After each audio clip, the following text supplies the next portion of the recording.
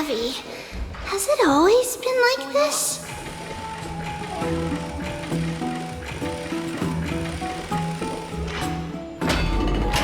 Is someone injured over there? What's going on?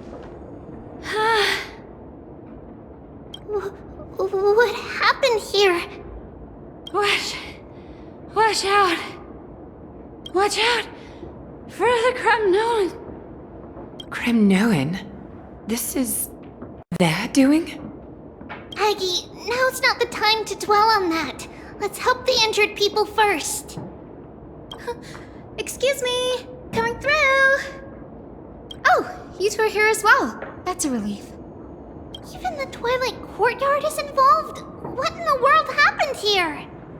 I actually just came to relax.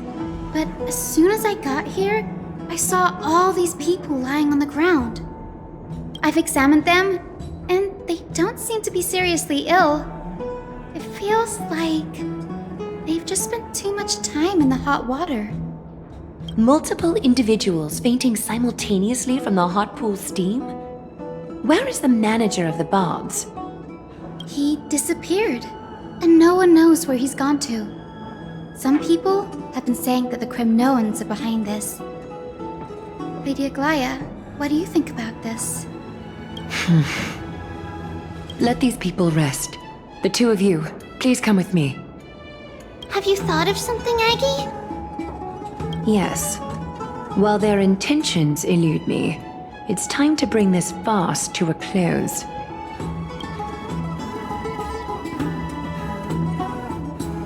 This is really bad. This is all you can do, huh? Pitiable deliverer.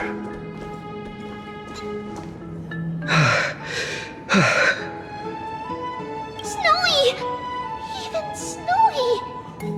The culprit is Mydei. Oh. Dee! What did you do to everybody? It's just another duel where I claimed victory. Duel? As I expected. On the surface, these two are the mightiest warriors in the Holy City, but they're still impulsive youths at heart. Speak up, Mydei. Tell us exactly what kind of foolishness you and Phainon indulged in this time.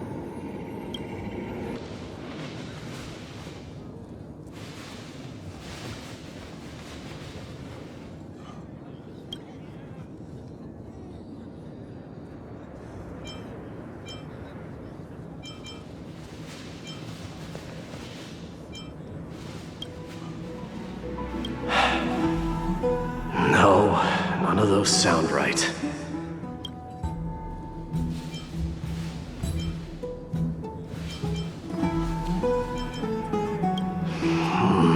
Forget it. Am I seeing things? Is the magnificent deliverer finally deigning to step outside?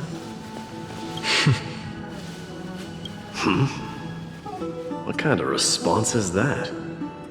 Nothing. I was just imitating your usual response. I don't feel anything special from you. Have you passed the demigod trial? The ritual hasn't reopened yet. In case you forgot, it hasn't been that long since I pulled you out of the trial. I didn't forget. Then, you're welcome. In twilight's last gleam, Okhema stands bold. Her walls sturdy, tales untold. Dreaming of her fruitful gardens, pilgrims arrive from distant lands. Figs and olives, so grand. Yet little do they know that they will step into flames, fuel to the fire, a burning brand. What are you playing at this time? I just felt like reciting a few lines of poetry. Surely the Crown Prince of Kremnos knows how to appreciate poetry, right? Kremnoans steer clear of such weak literature. But my library doesn't lack collections of this kind. These lines express the poet's yearning for their home. just as Okhema is distant from many people's homes. I know how to interpret poetry, Hyacine. There's no point in pretending to be profound, my friend. Thank you for helping me out when I was in a tight spot, but it seems to me that you aren't prepared for the trial either. Don't compare your situation with mine. My people are still relying on me. I can't ascend to godhood on my own without first resolving their issues. So, are you suggesting that you, the mighty Mydei, and the heir to the throne of Kremnos, wish to defy tradition that has endured among your people for millennia? I'm still thinking about what I should do. Never mind. It's probably not my place to offer you counsel. An idea does strike me, though. Go ahead. Let's see what terrible ideas you've come up with this time. Maybe we both need to relieve some stress. Come, Mydei, let's recommence our previous competition. This time, we'll see who can stay in the super hot bath for longer. What? Are you chickening out? The phrase chickening out does not exist in the Kremnoan language. I just find the situation absurd, that's all. All-knowing historian, are you not aware that we Kremnoans use boiling water from sword forging for our baths? Looks like I'll have to teach you some royal etiquette today.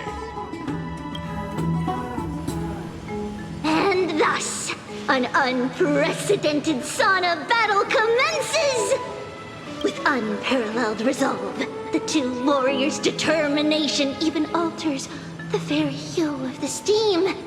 Flames intertwine with scalding vapor, reaching toward the heavens, shrouding the sky and the sun. The spectacle is so magnificent that none dare gaze upon it directly. Since we can't see what's happening in the competition, why don't I regale you with a tale of kings to pass the time? Do you recall the legend of the Gorgo lion mentioned by a certain veteran? The central figure, the main character, was not the sole sovereign of that land. An oryx stood as its formidable rival. Long before the dawn of Era Chrysia, the two beasts started their timeless battle on the plains of Tritos. The lion regarded the oryx as its food, while the oryx perceived the lion as a scornful, oppressive, and challenging barrier that it swore to topple with its antlers. For tens of thousands of years, without respite, the two creatures thus continued their relentless pursuit and rivalry. It fixated on its rival's fleeing form in the chase. It set its sights on the other's neck, nearly within reach. It was stuck in a corner. It had nowhere to escape. On the land of Amphoreus, some lives meet their end at dusk, some at dawn, and yet others are fated to perish under the blistering sun at noon. And at last, the most scorching moment of the day descended upon them. The formidable hand of fate heeded their call and arrived! My lords, would you like me to reduce the temperature a little? What? You're chickening out already? Get lost. Are you asking me to get lost, or...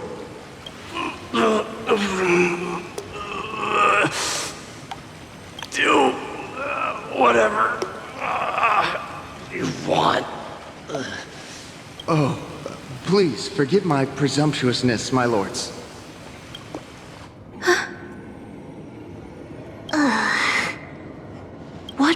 spectacle of folly. This is what you get for daring to challenge a Kremnoan without understanding your own place. What I'm saying is, your little game dragged down quite a few innocent souls alongside you. We will personally escort back home the customers left awestruck by our formidable presence. This isn't fair. You are wearing way less than I am. Is this the latest trend now? Getting into the baths while dressed in full armor? Don't look at me like that. It was he who challenged me. There is no word for flee in the Kremnoan language. Very well. Let us bring this farce to a close, shall we? Warriors, it's time to get moving.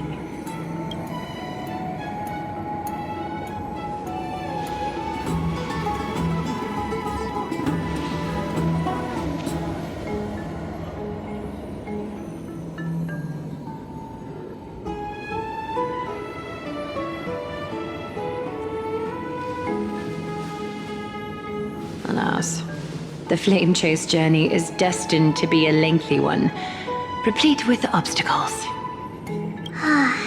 But thanks to those two, all the gloom has vanished into thin air. Well, we just had quite the commotion. It's not every day we find the Memorial Palace this serene. Shall we continue with our previous plans? Hyacine, would you care to join us? Such an empty bath is indeed a rare sight. I was looking forward to unwinding after work. I'd be delighted to accept your invitation, Lady Tribbie. How about we go to the biggest bath?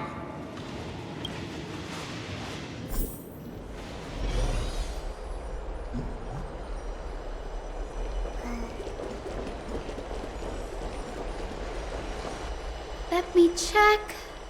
The water temperature feels just perfect. So, how is the feeling of having the entire bath to yourselves? It's so good.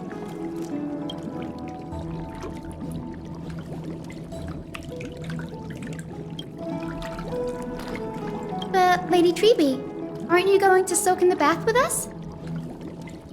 We will have to pass. After all, we've become children. Please understand that she can no longer endure the heat of this pool due to the blessings of Yanis. Oh, Are you curious about us, Hyacine? I am, but something tells me that it might be better to change the topic. Don't get all nervous. It's not something we can't discuss. The truth is, a long time ago, we were a mature adult just like Aggie. Then, because of reasons, we inherited Yanis's divinity and gained the power of passage. And in return, the price we had to pay was the splitting of our soul. Each opening of the Century Gate intensifies the strain on Tribbie and the others. They are gradually regressing towards infancy, both in body and mind. We don't know what awaits us at the end either, but anyway, that's why we've turned into children. In that case, when you opened that giant sentry gate above Okhema during the battle against Nikador, Well, there's no way around it.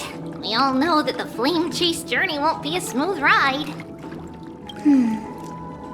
maybe we can find a way to fix it. The primary research focus of Neusporists is the soul. We explore its depletion and methods to restore dispersed souls. As long as research continues, there might be a breakthrough that can help. We will do everything we can. So your first reaction is in fact denial. You're indeed an Anaxa student. I look forward to your good news, Hyacine. Now there's another reason to look forward to tomorrow.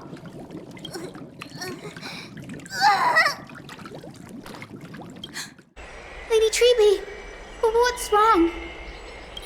So Something's off. It's that strong feeling again. Is it Trian? Wait, no.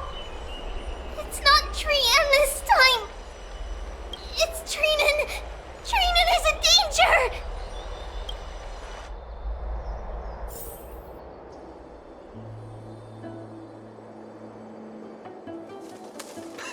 I win this round of escorting the bathers home. How does one contender alone make a valid competition? Offering a compliment or two wouldn't be the end of you, you know. Haikas. What is that word? Is that your native tongue? It means hyena. I'm likening you to a weak hyena. By the way, you emphasize the completely wrong syllable. Though we've been acquainted for some time, I have rarely heard you talk in the ancient tongue of Kremnos. It's because I'm not exactly a master at it either. I can listen and read just fine, but when it comes to writing... You can write? You speak as if you don't have a brain. That was in jest. I understand. After all, you spent all your childhood wandering far from home. Worry about yourself first, Deliverer. You also never mention your hometown, apart from when you need to introduce yourself. Well, it's because there isn't much to say. Mydei's Elysiae is simply a tiny village that disappeared many years ago in the flames of war. The only times I get to see it are in my dreams, and in the trial from the Lance of Fury. I knew it. Yes, I saw it all. Mydei's Elysiae ablaze with everyone. My family, friends, and my kin, lying in a sea of flames. A blood-red half-sun hung in the sky, just like on that day. And before my eyes, that murderer killed Cyrene. But I saw its form this time. A black cloak, an eerie mask, and a broken giant sword that carried an ominous aura. I fought it in the trial. But even though I've been fighting, improving, and resolutely getting stronger all this time, I still couldn't defeat it. You were blinded by hatred and almost lost yourself in that trial. That's right. And that's why I am truly thankful to you, Mydei. You finally picked up some manners. Better late than never. Then what about you, Mydei? What did you see in that trial? What do you fear? There is no word for fear in the Kremnoan language. I'm getting the feeling that your language has no words at all. But to answer your question, I saw Okhema in the trial. As well as... my old comrades. Hephaestion. Perdiccas. Ionius. Ptolemy. And Possesta. Ever since I returned from the Sea of Souls, these five have been by my side. We faced life and death together during our days in exile. Those 10 years were arduous, yet filled with moments worth treasuring. Each night, we would gather by the campfire, savoring honey brews and singing our hearts out. The wind in the wilds of Amphoreus smelled like rust. Hephaestion would always tease me about adding goat milk to the honey brew, claiming I ruined the blood-red color of the drink. He had a scrawny figure, but was a relentless force on the battlefield, dispatching foes without so much as a blink. Perdiccas was an expert in concocting medicines, delving into all those strange folk remedies. Leonius was a swift runner, and our most reliable messenger. Ptolemy was a real bookworm, always spouting off in chapters and verses. When we left Kremnos, he made off with a stack of ancient tomes from the Grand Library. Not like it mattered, as my family owns the library. And then there was Possesta. He was the silent type, but a truly masterful musician. This is the first time I've heard you mention these 5, and their names. They died on the battlefield before the Kremnoan detachment managed to join Okhema. Perdiccas was the first to go. He was shot in the stomach by a poisonous arrow from the people of Laidon in the 2nd month of cultivation. In the end, his remedies mended all but himself. Mydei, do not mourn. I have achieved honor by bestowing a noble death upon the enemy. Leonius died in the 5th winter. Idonia's snowstorm lasted 3 full months. On the night of the fiercest storm, our foes launched their assault. Idonia. Is that the city Castorice used to live in? Yes. Those zealots were as fearless as Kremnoans in the face of death. But they lacked respect for honor. They cornered us in the bottomless swamp. Leonius covered for our retreat. They cut his legs off. He vanished into the mire of a foreign land, his body never to be recovered. This is perfect.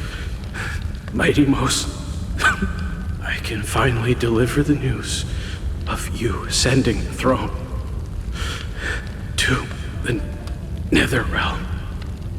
20 dusks later, we finally breached the walls of Idonia and entertained the usurper's plea for peace. However, the rebels refused to surrender and set up an ambush within the city. Ptolemy and his cavalry met their end before they could even relish our triumph. Those obelisks that collapsed after being set on fire became their final resting place. Mydei, please tell my family.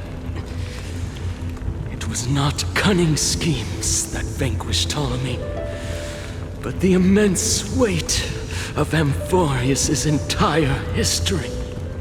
Then, it was Possesta. You lured the enemies into the city of Aenionis with his melodies, buying us invaluable time. Our enemies, consumed by indignation when they discovered the trick, set the entire city and my soldiers on fire. His final words were recorded on a small clay tablet, fractured by the flames. Mydei, don the crown. And at last, my most trusted friend, Hephaestion. He was supposed to stand by my side through it all. But a sudden relapse of his illness hit him on the eve of my duel against my father. He hid his condition from me. By the time I returned victorious, he had but a breath left in him.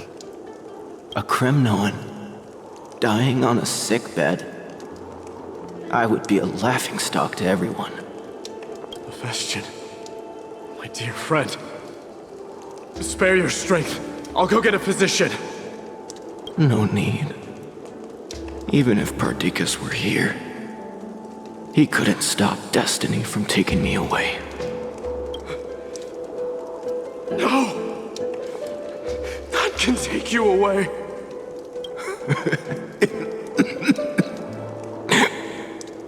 Mydei,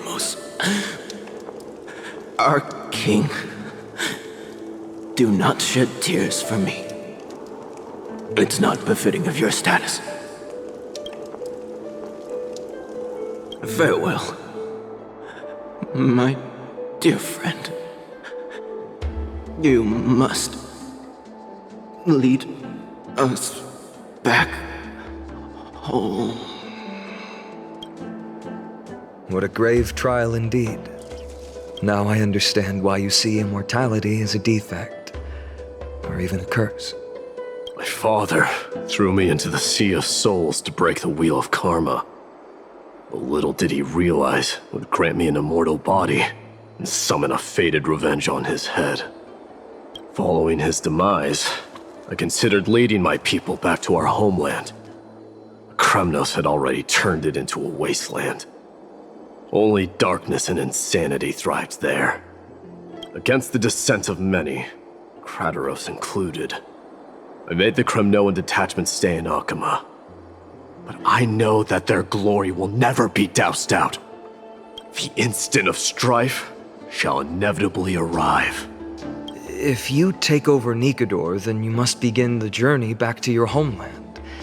So, you hesitate because you think leaving your people in the Holy City is a better choice? I don't know. But I have never been crowned. And those 5 were never endowed with any titles. None is aware of their glory. Your predicament is truly complicated. I don't know how I can give you any useful advice. Maybe you could seek counsel from more people, such as the Grand Craftsman. Cartonis' people seem to have been through comparable dilemmas. And that teacher of yours, Krateros? Dee, we've got a big problem! Big problem! Lady Tribbie, what's making you so flustered? Hurry up and go save Cyrene! She got abducted by Krateros!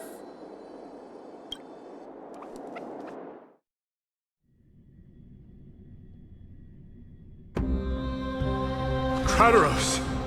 What's going on?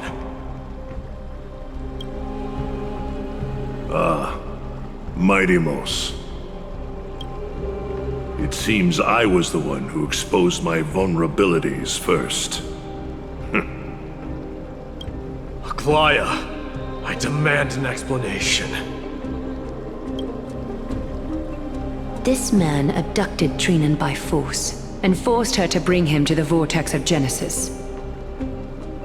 He then brazenly stepped into the trial of the Lance of Fury, and naturally failed.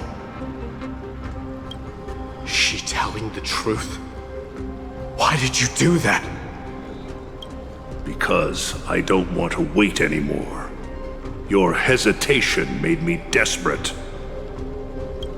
If you want to run away from your destiny to become king, then keep running. Someone will eventually stand up and fill in the gap left by strife. Then they will lead our people home.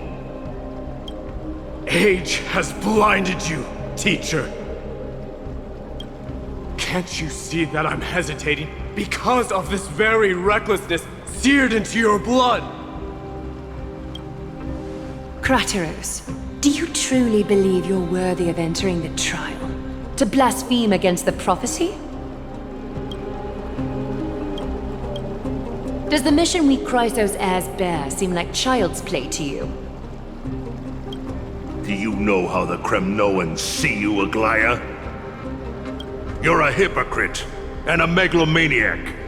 The prophecy of Genesis and the Flame Chase journey are just excuses for you to seize power. Silence, Krateros. Do you even know what you're saying? Are you defending this woman, Mydei? How many wars did people start because of her and her so-called prophecy? How many cities fell in the past millennium, their people massacring each other? Even if this so-called Genesis really exists, will there be a place for the Kremnoans in that new world?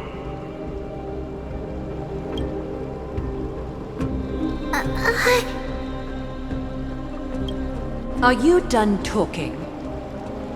By agreement between the Chrysos heirs and the Council of Elders, those who trespass upon the Vortex of Genesis need not be tried by the Council. I am allowed to pass judgment alone. Krateros, your actions are unforgivable. I hereby sentence you. Aggie, wait! We have a proposal! Someone has to resolve this conflict between the cities. Lord Krateros did not use violence to harm us. We can sense that his anxiety stems from his concern for his people's future. Please, Aglaea, hear us out first. I'm listening. I'm sorry, Lord Krateros. We were so preoccupied with deciphering the fragments of prophecy that we neglected those of you not favored by its message. Your accusations were harsh, but justified. We wish to earn your trust and those of the Kremnoans. I think the best way to do that is to take you to witness the source of the prophecy for yourself. How are you going to show me something that has no form? You've heard about that Outlander, right? She has somehow made a connection with Orynyx and can completely replicate scenes from the past. We will ask for her aid. Tomorrow, at the Abyss of Fate in the Temple of Yanisopolis, we will show you everything from that distant memory, Krateros. A fair proposal. I accept. Until then, you will be stripped of your freedom. That is my one condition, and I will brook no argument. It is not the first time I've been made someone else's prisoner. Do as you please, demigod.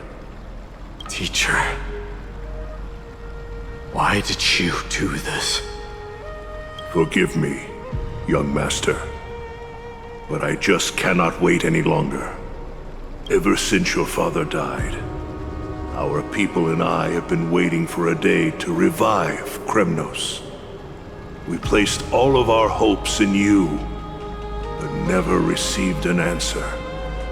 This obsession for returning home has become a sickness for our people.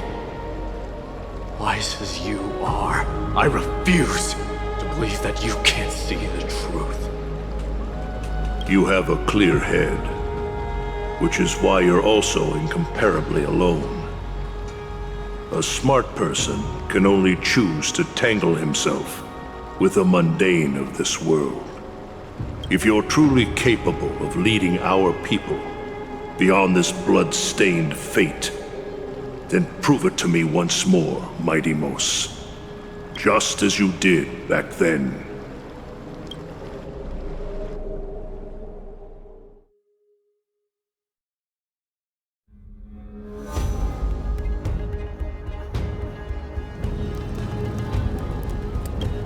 A fierce fighter.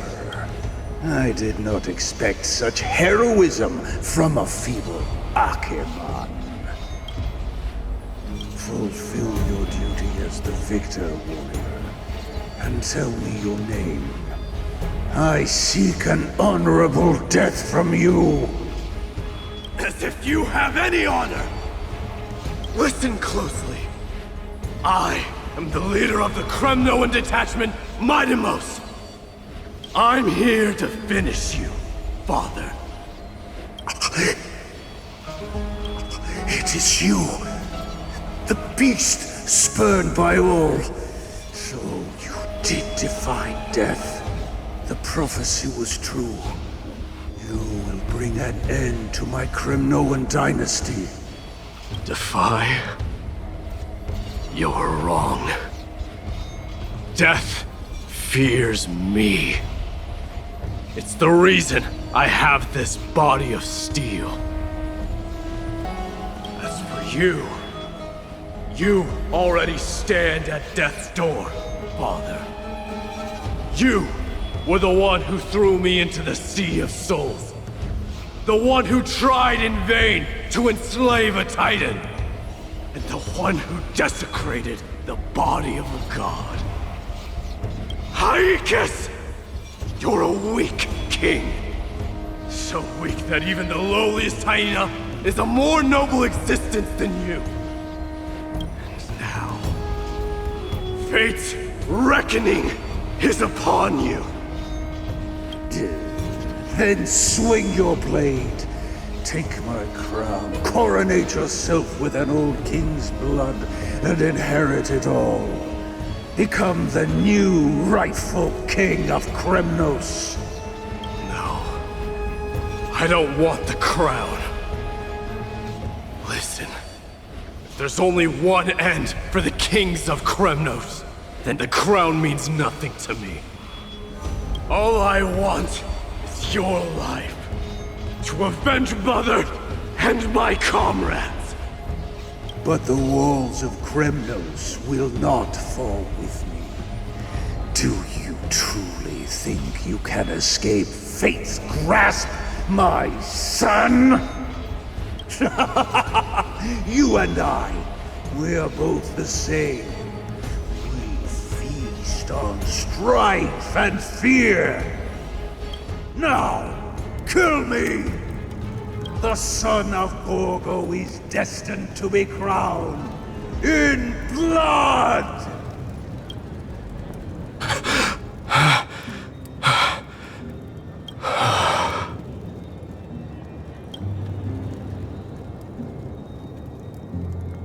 Krateros. He said the Grand Craftsman Cartonus might have some suggestions. Might as well go see him. Grand Craftsman, how have you been?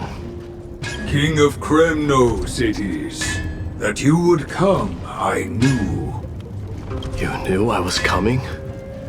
Your matters, I've heard. The path forward you seek. Many questions you have. But before that, take this. What's this? A signet ring. For the King of Kremnos. Belonged to your mother. Recast and restore it.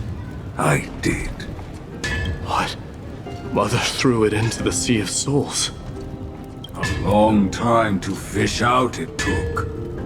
Very fortunate we were. I can hardly imagine how much patience and courage it must have taken to find such a small signet ring in the Sea of Souls. I owe you one. Gratitude there is no need for. Repayment for saving me, this is. Questions you bring with you? Ask now. Fate I've always denied. It's finally caught up to me. By all rights, I should accept Strife's authority. It would make everyone happy. The Chrysos heirs, the Council of Elders, the Kremnoans. Even the bards who will write it all into song. Yet hesitate still you do. Hesitate, why do you, young king? Because of my people. Be they men, women, the elderly or children. The hearts of all Kremnoans yearn for home. They've all been waiting for this day. For the day their king returns. Children of Strife would then be able to go home and embrace the old traditions. Never mind that most of them have only ever been heard in these so-called traditions and song. They would then gather around their king and throw themselves into battle. This is not a good thing, you believe. The Kremnoans have been trapped in a cycle of bloodshed for the past 1,000 years. They seek vengeance, start wars, become prosperous, and decline. How much innocent blood flowed into the River of Souls in all those years? How many needless sacrifices could we have avoided? I accept that fate and become the totem of strife that lead my people into repeating the same mistakes. Then of course I would be terrified. I'd be terrified of becoming king. A different kind of Kremnoan you truly are.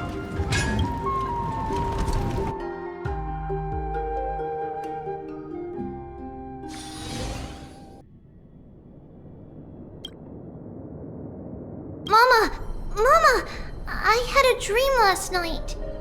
Oh. Now what did you dream about, my darling Tribbios? I had a dream that I turned into many me's. Then we made the moon into a ship and made the stars into our sails. Then we floated on the ocean and let the wind blow us in any direction it wanted. Well, that sounds like a lovely dream. Yeah! The ocean and the sky were really, really dark, but there were so many of me that I wasn't scared at all because we'd all sing together. The ocean wind blew us onto an island where the wind tasted like flowers. There were bleating sheep and chirping birds inviting us to be their guests. There were so many animals on the island, but none of them ever fought.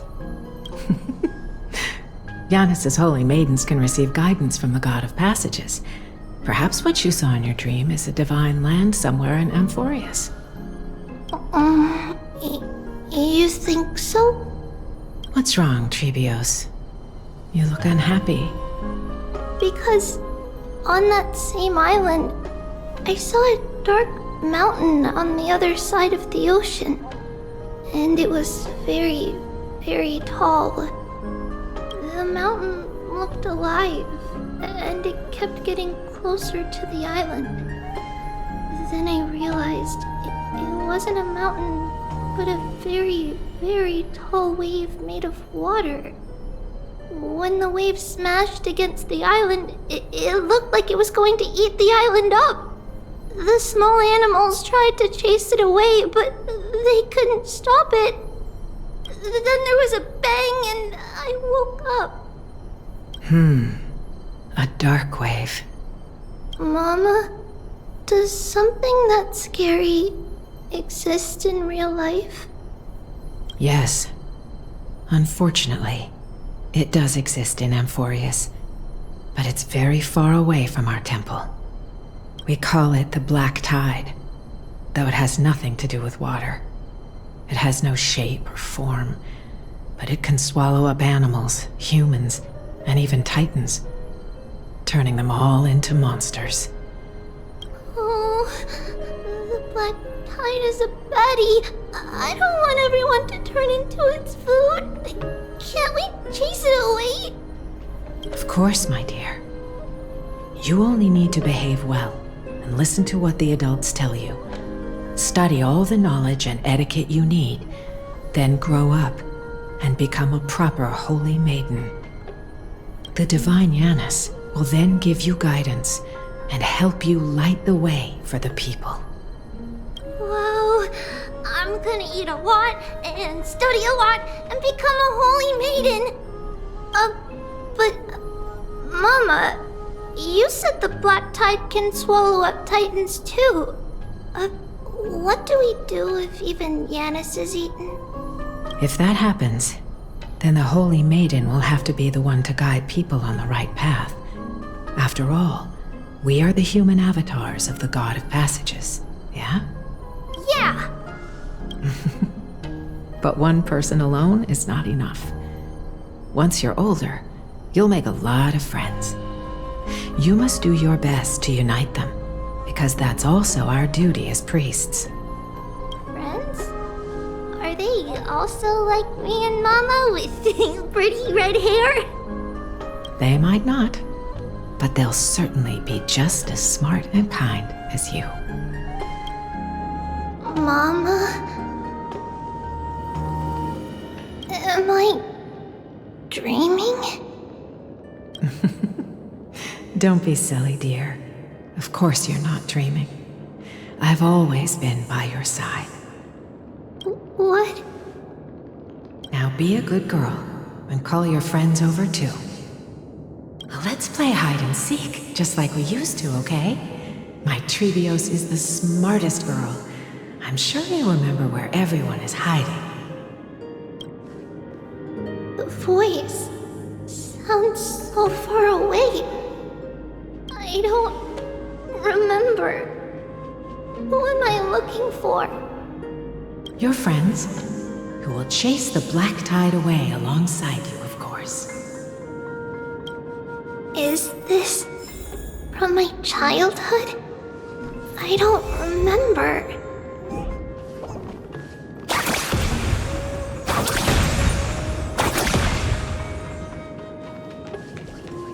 Am I dreaming? Use the spindle to connect everyone. There will be an amazing captain on that big ship. She's cheerful, optimistic, bold, and cautious. She'll be able to get everyone together. Wow, that's amazing! Can I be the captain? Of course you can. But you'll find someone else who's better for the job, my dear. I think that person lives in a beautiful temple that sits atop a hillside covered in golden fig trees. There's a noble girl there who's very smart, but also very delicate. Just like Mama? Perhaps. But before we find the captain, the ship also needs someone who can navigate it. Who could that be? Let me think. I know! She's Tribbie! I named this doll after myself? I don't remember it all. Is this a dream or something that happened in the past?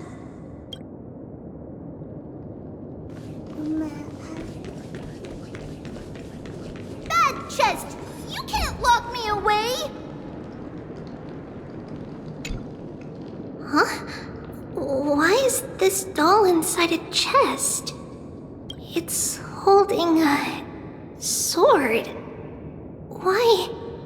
Many years later, many brave warriors will board this ship. They're skilled combatants who fear no danger. Ooh, I can learn how to fight too and protect everybody! Silly girl. You're Yanisopoulos' holy maiden. It's not your duty to fight. There will be many others to protect you. All right. Then where will they come from? I believe one warrior hails from a lovely village where bulrushes flourish, while another comes from a magnificent royal city. Though each has their own troubles, both are ready to lend their strength for the ship's long voyage. In that case, let Trianne fight by their side. This way, they'll always stay on course. How could I have known the name Trianne back then? Was it just a coincidence, or...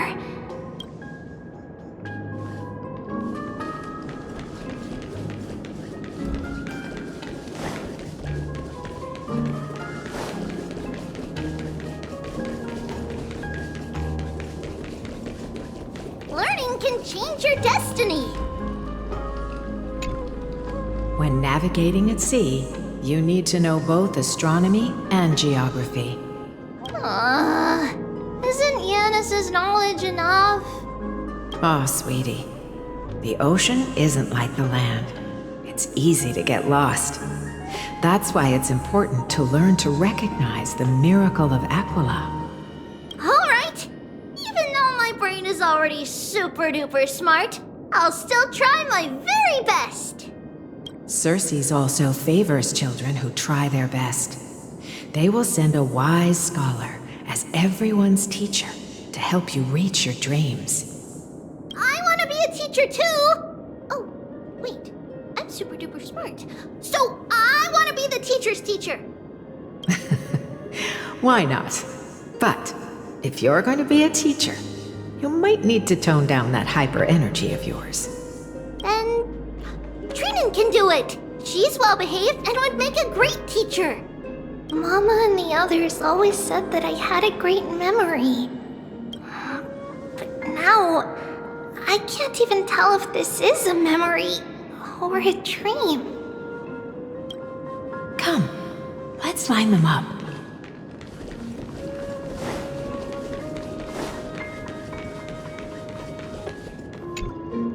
Now, Tribbios, set them on this music box and let them compose a melody for our song. Music box? What's that? Sweetheart, are you still groggy from your nap?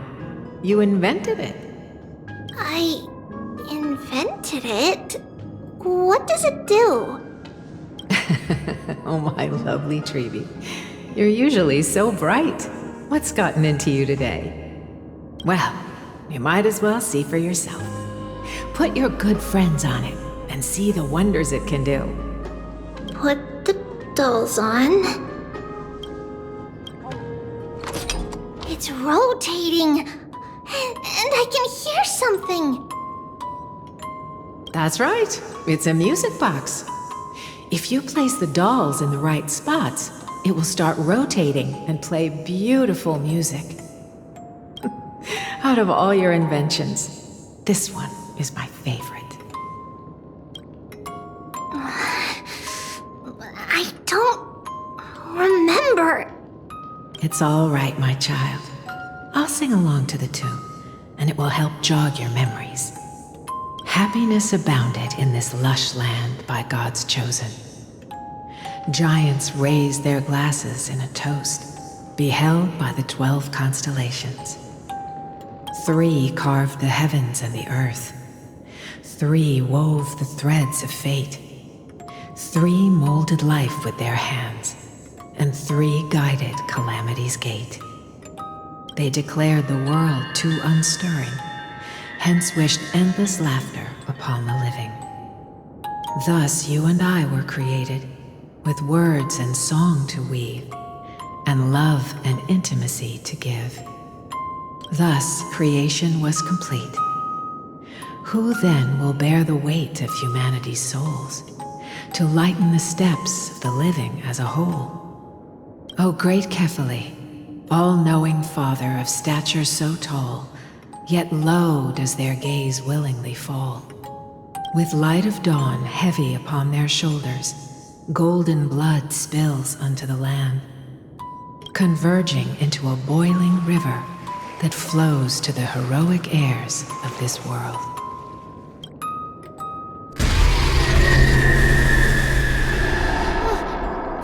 What's going on? Oh, Yanis, please lend me your ears. In the black mist, as death and fate draw close, on the bloodied earth, the living and dead, but ghosts. What is this world? It mirrors your maze-like fate. What is this world? A silent lament without a trace. What is the past? Wandering ghosts that linger. What is the future? Souls scattered by fate's finger. What is the start? A voyage born in solitude. What is the end? The spirit, lonely and subdued. Lonely and subdued. And subdued. And subdued. Subdued. Subdued. Subdued. Subdued. Subdued.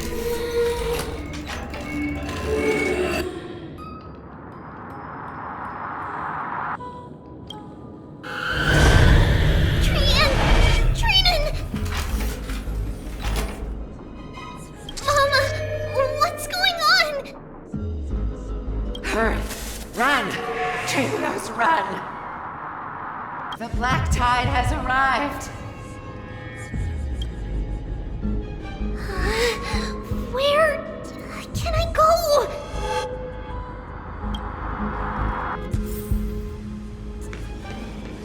What's this?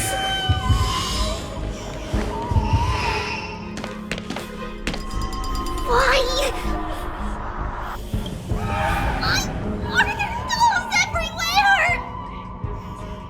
This is the sacrifice of a holy maiden. You won't make it to the... Only one person can. I know! It's fine if we can't reach the end. Our minds are made up. Go. Bid your farewells, Tribbie. Time is running out. Mama, are you going to leave me? My sweet girl, I will never leave you. But remember this, Trebios.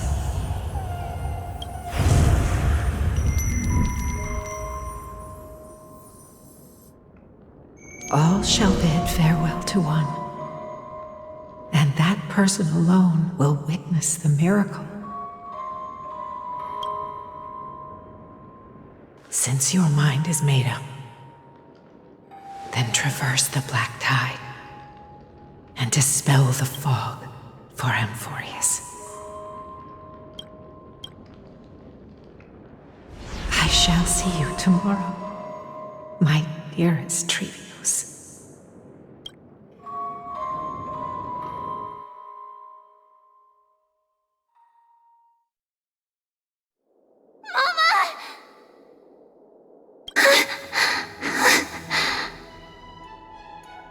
Are we still in a dream? Did you have a nightmare? Maybe. But it's been a long time since we had any dreams. It's not yet the entry hour. You still have plenty of time to rest. No. Our heart is still racing. It must be that reckless Cremnoan soldier who startled Trinen, and you as well. If you want, I can pierce through his chest with the golden thread right now. Aggie, cut it out with the scary talk. I'm just kidding. If I were serious, I wouldn't have waited until now. Do you want to talk about the dream? Keeping it bottled up is not good for your health. We had a dream about Mama. The dream itself was nothing. It's just the timing that feels a bit unsettling. You mean... It's Trian. Even if we refrain from ever using the power of the Century Gate again, her soul continues to slowly drift away from her body. There isn't much time left. Perhaps it wouldn't be such a bad idea to let her relinquish her role as the gatekeeper and live out her days as a carefree child. You have a point, Aggie, but our decision has already been made on that matter. I believe there's still another way. Souls will be spent until they dissolve into dust. Such is our fate. Once we had a whole and connected body.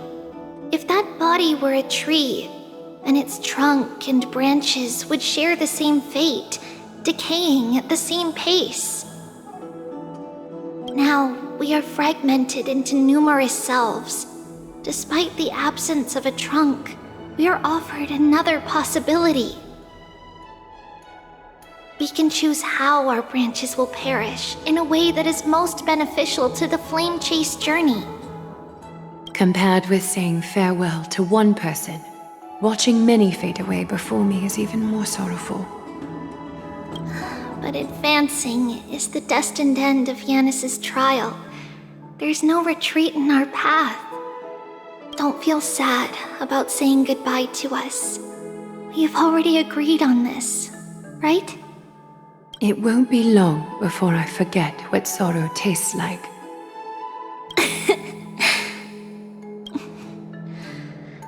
So, what would you like for breakfast, Aggie? What? Where did that come from? After all this talking, We're feeling a bit hungry. Plus, it's nearly the entry hour now. Do you remember when we first met, Aggie? You were still a little one, and we caught you secretly eating oatmeal late at night. While my emotions might be fading, those memories are still as vivid as ever, teacher. Please, let me do it. What would you like to eat? It's fine. Leave it to us. You should rest for now. It won't take long, and we'll call you when it's done. In that case, thank you. Then, see you tomorrow, Aggie.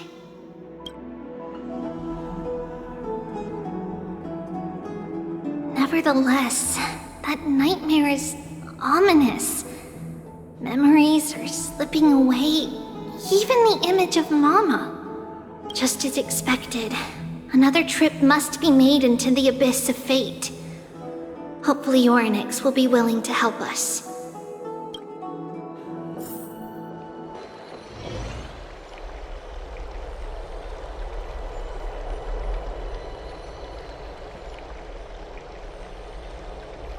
Long time no see, Professor Anaxa. Who are you? It's been a while. I'm the one who once overthrew the entire classroom in that spiritual physics lecture. Oh, it's you. No way. Do you really still remember that, Professor? I remember that glib tongue of yours. What brings you here?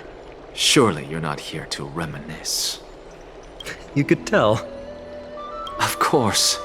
You only beat around the bush when you have a hidden agenda. That's not true. I'm here to seek enlightenment, as always. Could you please teach me everything you know about the black-robed swordmaster? Rumors sure travel fast. Unfortunately, I too know nothing about it. I can only tell you that it is clad in a black robe and wields a greatsword.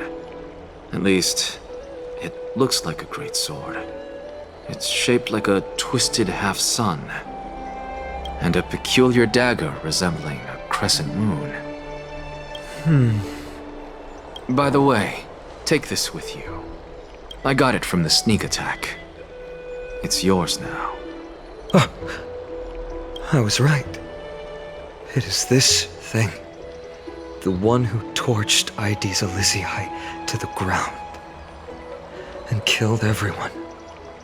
Don't try to be a hero. No one in Okhema stands a chance against that thing right now. Is that what the Titan said as well? Not at first. But the god relented after having had a taste of its power. Even with the god possessing me, I couldn't fight against that blade. That incredible power doesn't seem to be granted by any Titan. Are you suggesting that it originates from beyond Amphoreus? It's possible. Much like the Black Tide, no? Nonetheless, it's an enemy we must overcome. We? Drop the pipe dream, Phainon. No one wants to see you fall by their blade. His mere presence will endanger the holy city and the flame chase. You know that I don't believe in... You don't believe in the so-called prophecy, I know. However, I'm here to seek your assistance, not at the request of Aglaea or Tribbie. I just want to eliminate a threat to the city I pledged to protect. That's all. The tragedy at the Grove must never happen again. Take a seat. Since you are sincerely seeking enlightenment, I suppose I can tell you one more thing.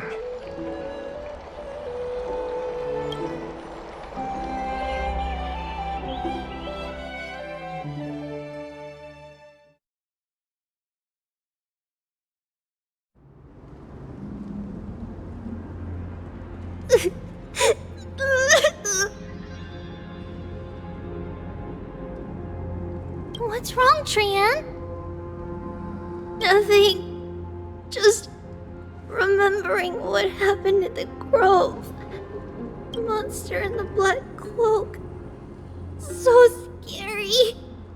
Everyone in danger. Nightmare. I can't forget. Don't be scared.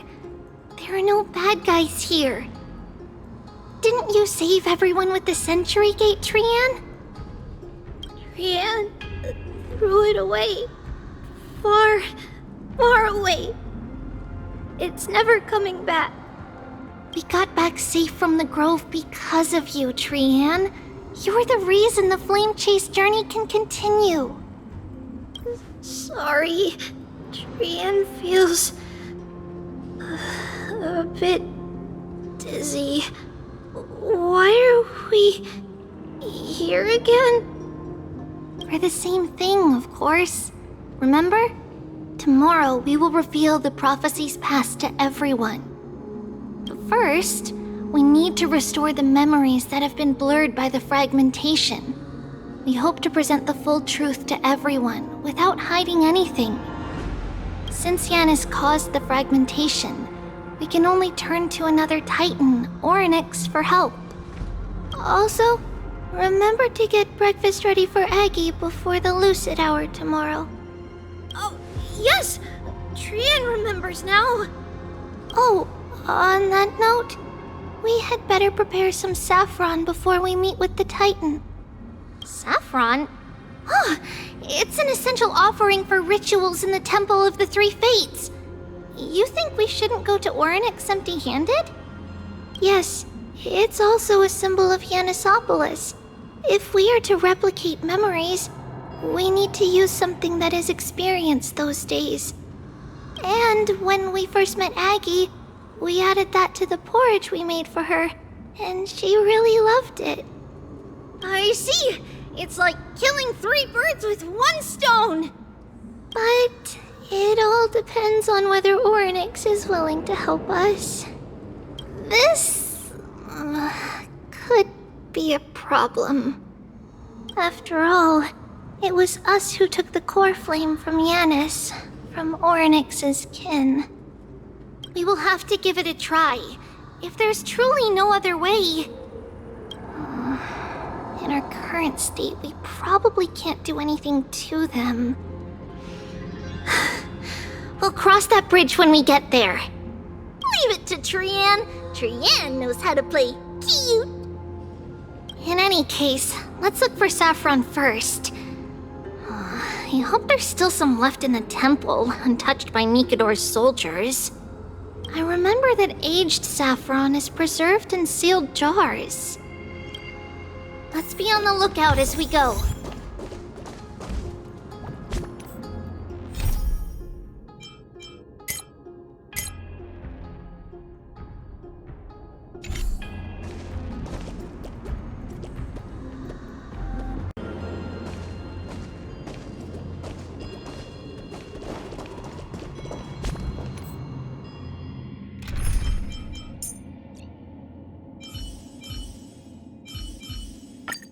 We're running out of time, Aggie! Let's...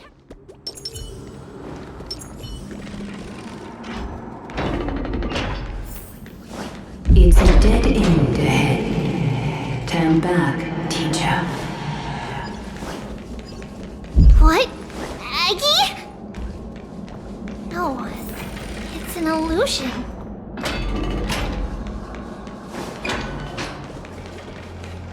Wow, this room is huge!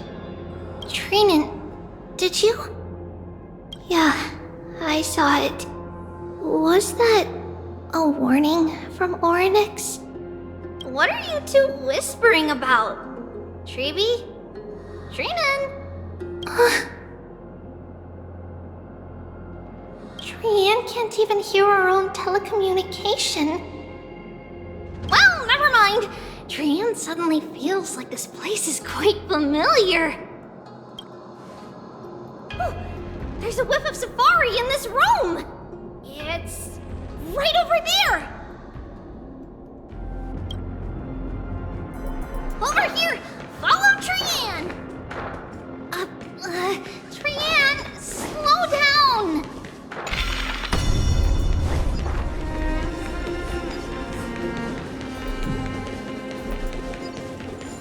Even if separation is our fate, a futile death is not the solution. It appeared again! Right here! I summon thee, Orynyx! Stir up ripples of past reverie! Something's appeared! Wait, we should read it first.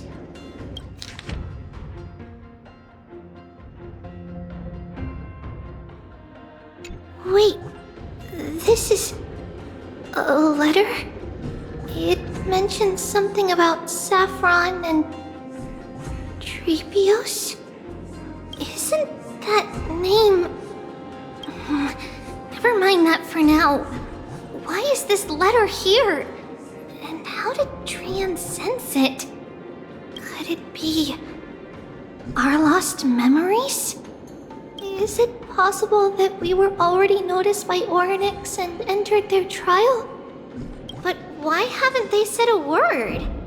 Orynyx has the whims of a child. Perhaps they're toying with us on purpose.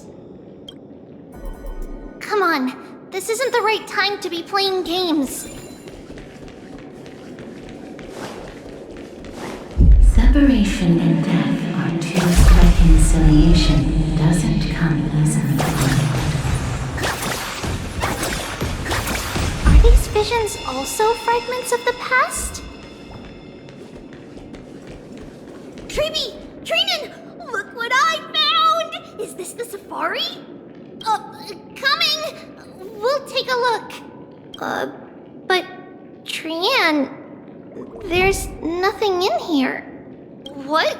It was right in the stolium. Huh? There's really nothing here. That can't be! I swear I saw it! I swear! Trian is telling the truth. It was right there. Where did it go? Trinan, Tribbie, why aren't you saying anything? Trian can't seem to hear you at all. We were just lost in our thoughts. Don't worry, Trian. What you saw was likely, Yanna's hair. We must have startled it away. Okay. Could Orynyx be trying to make us falter? But why would they do that? Something feels off. Tribbie, don't you think this temple is a little too quiet? What do you mean? It might just be an illusion, but Trinan wonders, is Orynyx really putting us through a trial?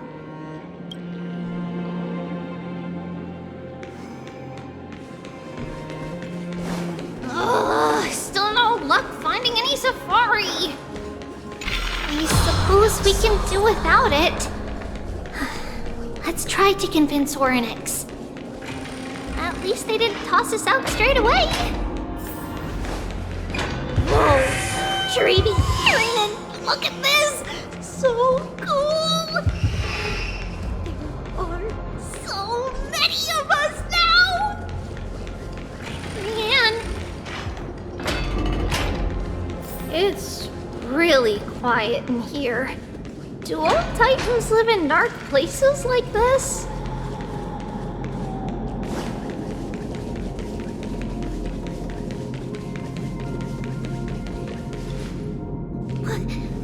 What's going on? Orynyx disappeared?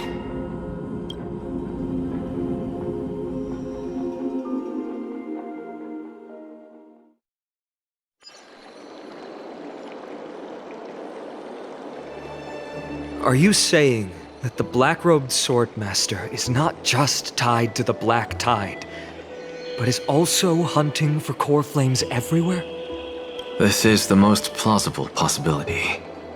First, it has a vessel that can hold core flames. Second, I'm one of its targets. Let's start with the first premise.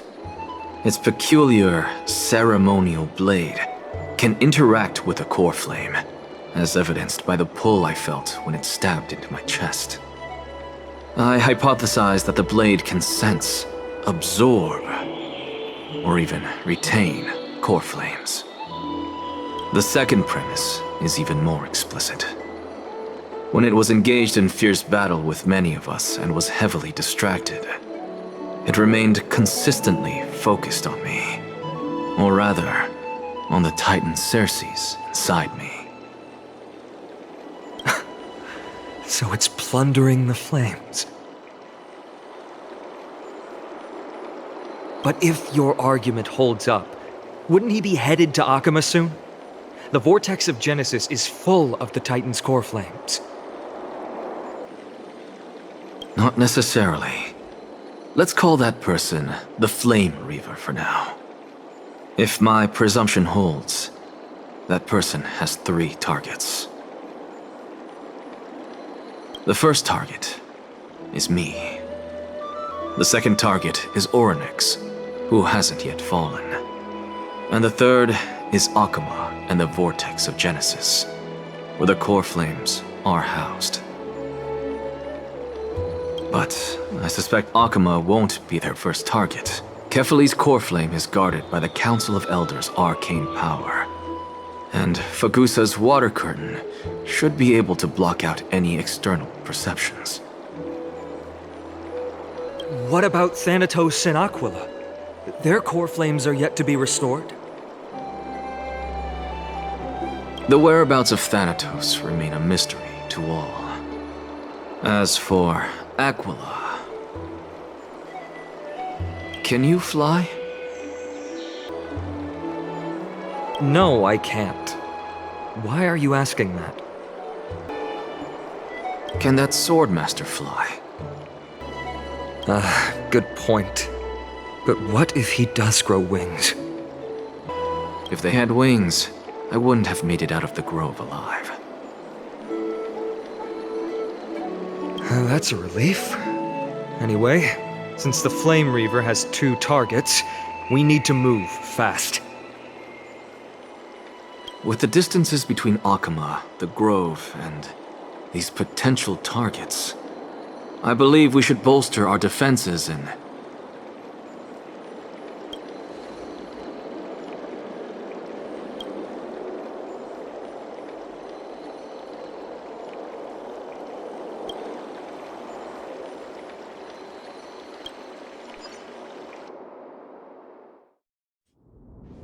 Orynyx! Are you in here? No response at all. Did they foresee that we were coming and hide in the fog, or...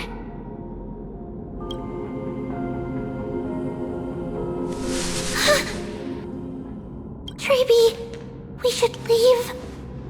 This temple has other people in it. What?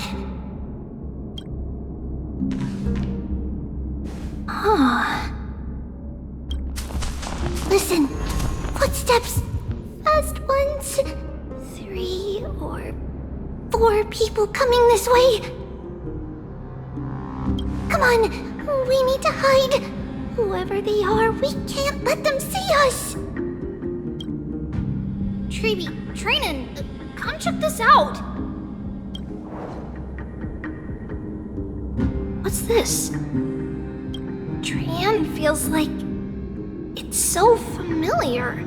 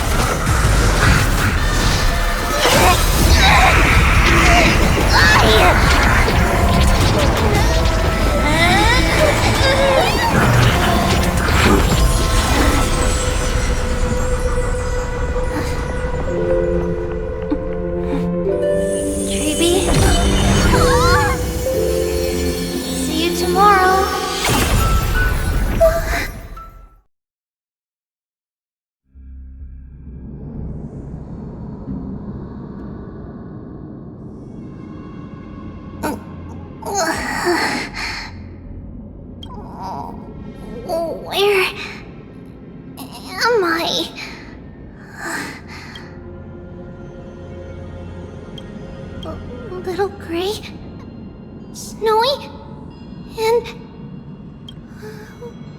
Wait, where's Trianne? Is she back?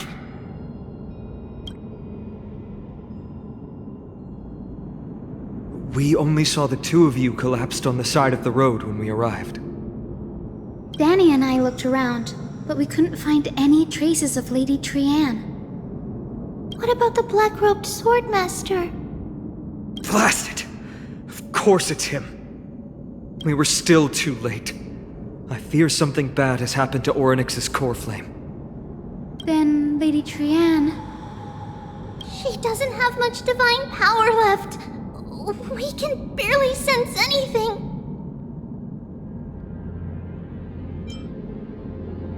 That you're both safe is already a blessing. Everyone, we must take action now. We should split into two groups. One group will stay in the Abyss and meet up with Aglaea's reinforcements, then search for Trianne's whereabouts. The other group will come with me to pursue the black-robed swordmaster and recover the core flame.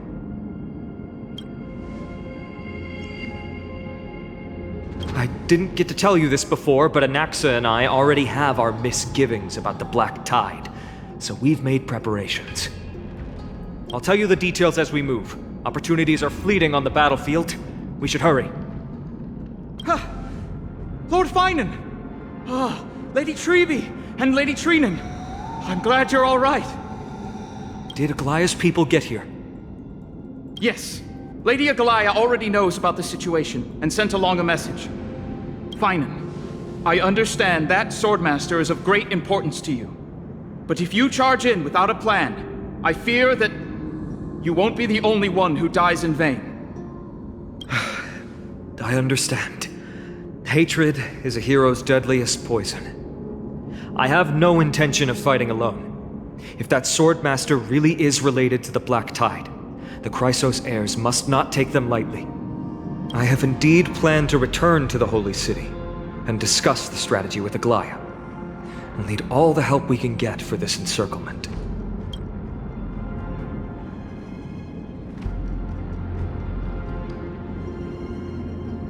Cyrene will stay in the Abyss too. That way, both sides can communicate with each other if anything happens.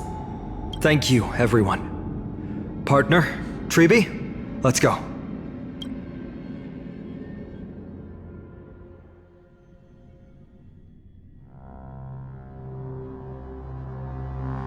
We're back, Aglaea. You should have come to me first, Phainon. Aggie, there's no need to scold Snowy. Okhema is currently in grave danger. I know. It's beyond my imagination that the only two titans humankind can still rely on fell in such quick succession.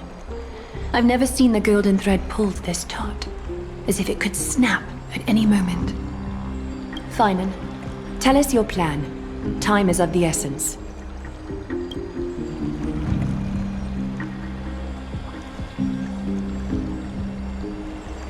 This being is not just hunting titans, but taking the core flames too? Yes, just like the Flame Chase journey is doing. Professor Anaxa thinks the Flame Reaver's arrival is likely a sign the Black Tide has spread further. Regardless of whether you're right, this being is still far more aggressive than we expected. But its madness is also an opportunity for us. If its goal is the core flame, then that means us humans can lure it into a trap. Anaxa had already left the Holy City with Circe's core flame while we were on our way to the Abyss, so he can make preparations for the battlefield. Tell me, what makes you think this won't end with us losing another core flame? Because this time, the power from beyond the sky is also at our side. She is the key.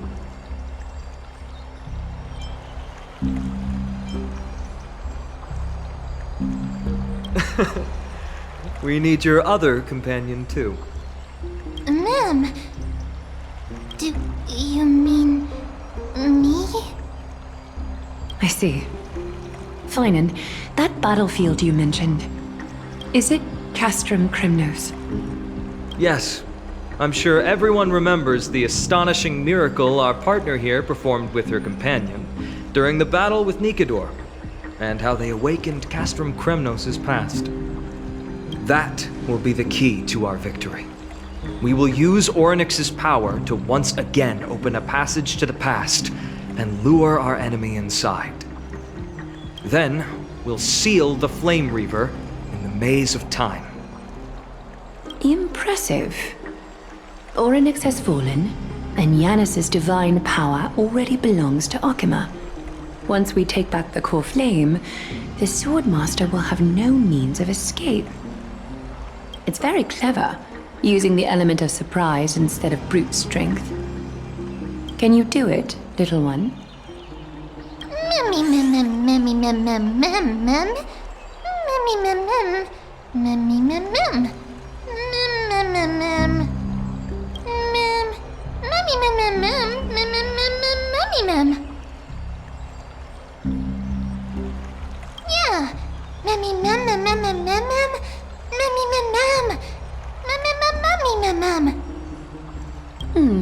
Such enthusiasm. I'm glad to see you're confident. By the way, the Council of Elders declared a state of emergency when Tribbie went missing. Kynus and her following have heard tell of the incident at the Grove, and are galvanizing support in secret. I fear she'll make her move before the next assembly of the citizens. What are they plotting? That short-sighted politician likely believes the Chrysos heirs have outlived their usefulness, and is making preparations for her next step. That ugly side of humanity is something we'll have to deal with eventually. But that's a problem for another day. I've sent Castorice ahead to the Council with a message. She should be able to keep the situation under control for the time being. Phainon, it is my hope that we can come to an understanding on this. We must take down the Flame Reaver in one go, and retrieve the core flame, and in doing so, grant ourselves an advantage against the Council of Elders. Of course. You may count on me to lead the charge. I apologize for tasking you to spearhead the plan once again, but Okhema is currently beset by enemies from within and without. The situation brooks no delay, and we have precious little time to confer and discuss the plan with you. That being said, you are the key to our success, and I shall respect any decision you make. I may not be as masterful as Cyrene when it comes to the Century Gate, but even I can open a nice big gate if I have enough time. As for whether we can take back the core flame, that will be up to Anaxa's capabilities. Based on what I know of him, he can do it. I'll be honest, we can't. But the Flame Reaver will have to step over my dead body if they wish to do you harm.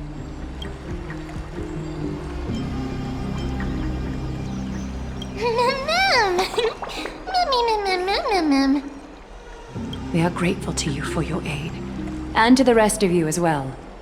Now, let us be off to begin the hunt. May carefully sharpen our gaze and grant us victory over the enemy. You mean Mydei? He's dealing with a different problem. Don't worry, that man would never miss out on this fight.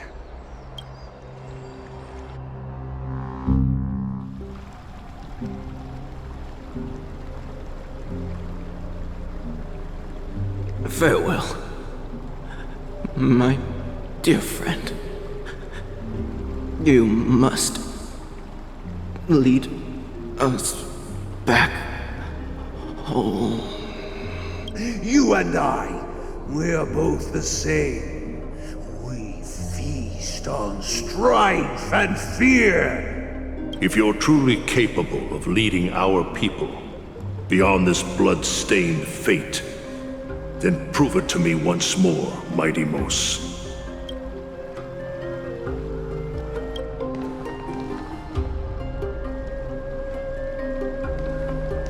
I knew you'd be here.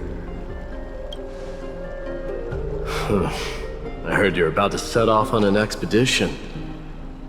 That's right. It's going to be a tough battle, and our destination turns out to be Castrum Kremnos. Is that why you're here? To pray to the dead Nikador? No, just the opposite. I'm here to tell you, you can entrust the front lines to us this time. You can't afford to lose your upcoming battle either.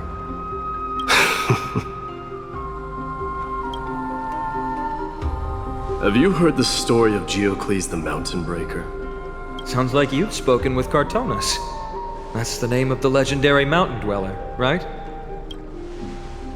Let's have a chat before we go our separate ways. Cartonis told me that back in ancient times, the mountain dwellers lived in seclusion. They spent their days quarrying and gathering, living a simple and peaceful life away from strife. But Geocles was different. He resisted their traditional way of life, yearning for the world beyond the mountain. They're safe, but humdrum culture was like fetters around him. He sounds a lot like you. Yes, that is why he too faced the same dilemma as I do. One day, during one of Geocles' many ventures beyond the mountain, he spied a battalion of Ladonians stationed at the foot of the mountain. The Ladonians were at war with their arch-enemies, the Companions, and they used the mountain as a base to carry out guerrilla warfare operations.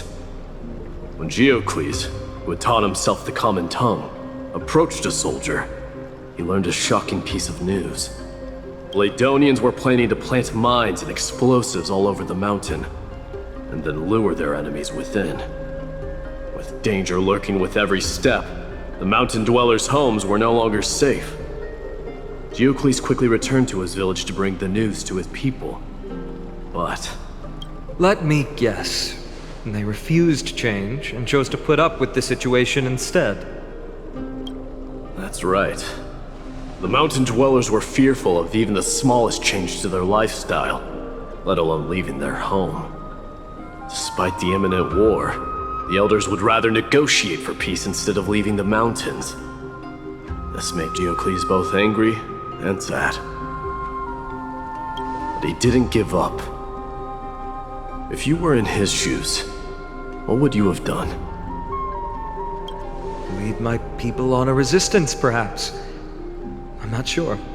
I can't think of a solution that would make everyone happy. A solution that would make everyone happy, huh? That's how naive we are. Well, let me tell you what Geocles did. He took the mountain dwellers' store of gemstones and traded them with the Ladonians for a massive amount of gunpowder. But he didn't do this to fight the Companions. Under the cover of night, he set ablaze the forest surrounding the settlement, forcing his people to flee the mountain. That great fire marked the beginning of mountain dweller history. Since then, their people became part of civilization, and giants became a common sight in the holy city. Meanwhile, that mountain they once lived in has turned into little more than foam inside the black tide. But leaving their homeland also brought many mountain dwellers misfortune. They were hunted by Kremnoans or enslaved. Indeed, that is undeniably also part of their history. But that is Geocles for you. The merits of his actions, or lack thereof, have been scrutinized by many, but historians nevertheless hail him as the Mountain Breaker. Why do you think that is? It's simply because he took action and enacted change with his own hands. He didn't try to make everyone understand him, nor did he even waste time trying to make everyone happy.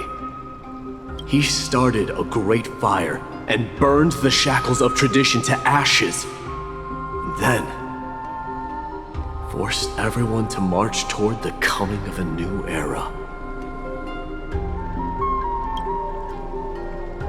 You've made up your mind, haven't you?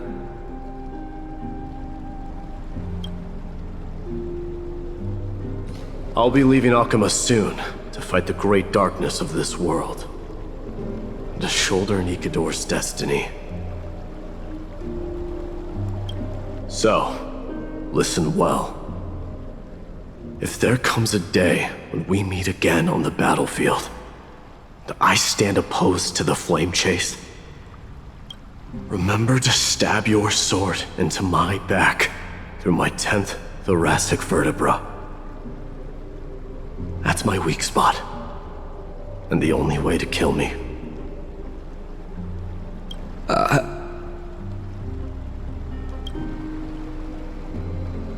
You have my word.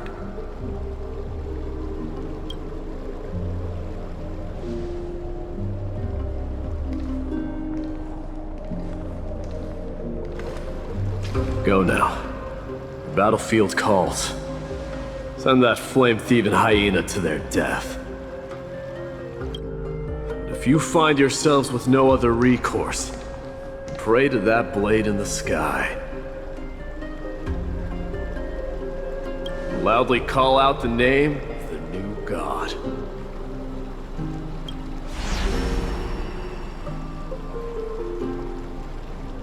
That's the sound of an all-out war. Not the kind of ruckus Professor Anaxa can raise on his own. Let's hurry. The battlefield is just ahead.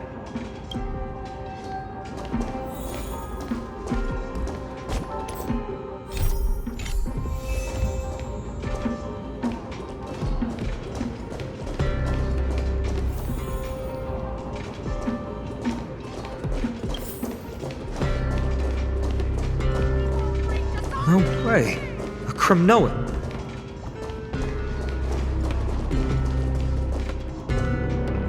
I didn't think she'd manage to send the Kremnoans to assist.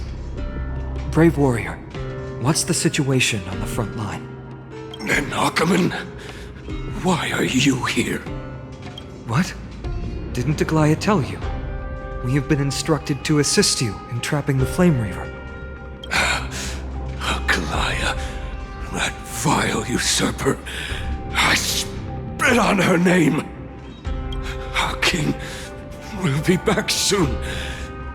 He'll be able to deal with you and that black robe.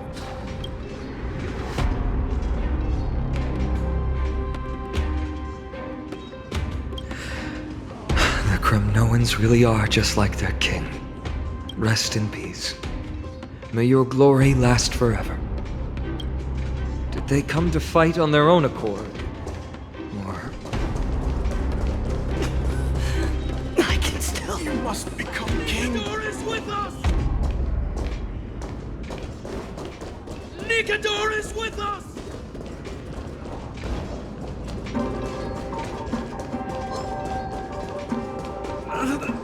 We're almost there.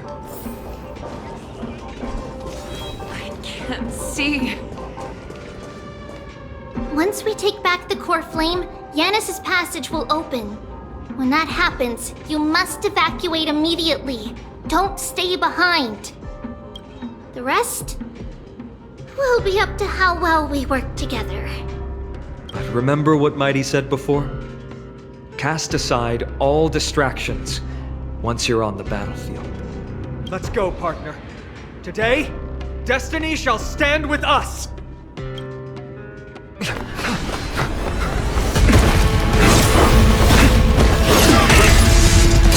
Finally!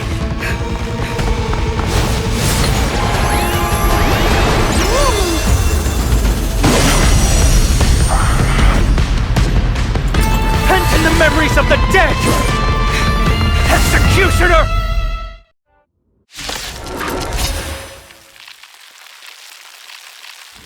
You sure know how to keep a man waiting. Any later, and I fear the Titan would have sacrificed me. Frail child of humanity, 'tis more effort keeping you hale and whole against that blade than it is in seeking the truth of the world.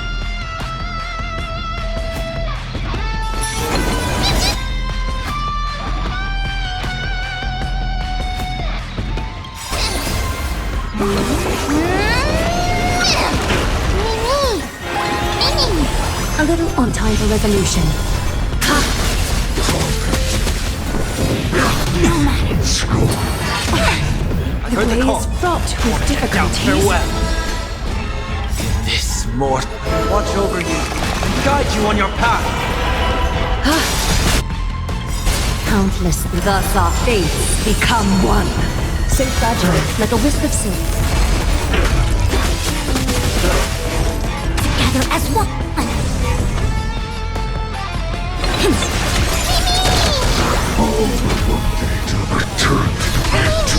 Is that fear I sense? All lies to be revealed.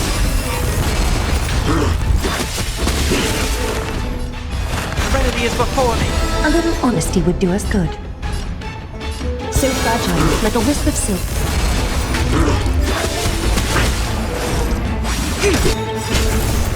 Human creations.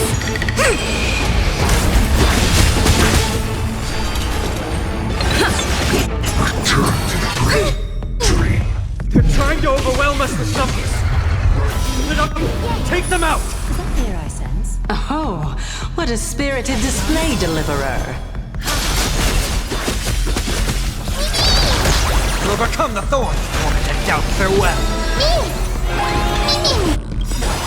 This more watch over you and guide you on your path. Countless, thus our fates become one. All lies to be revealed.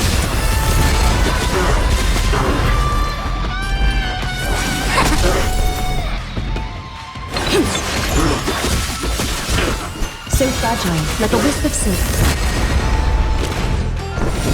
No matter.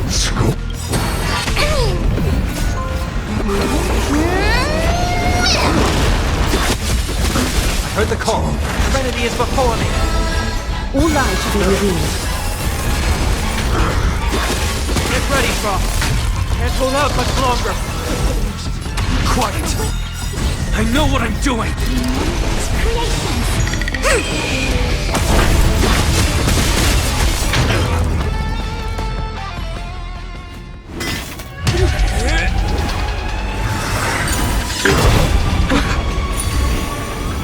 At long last.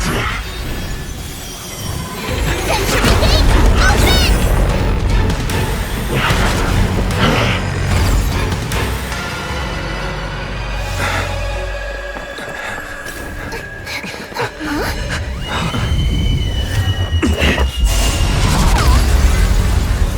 How embarrassing. Didn't come down from the sky? The city is mine anyway.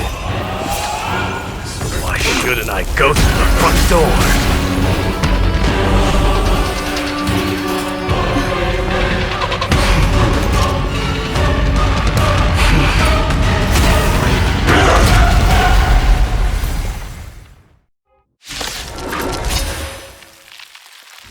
Minion of the Black Tide, I, King of the Kremnoan Legion, will be your opponent today.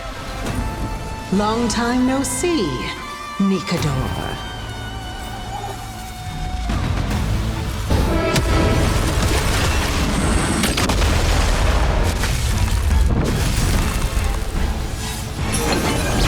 A little honesty would do time for resolution.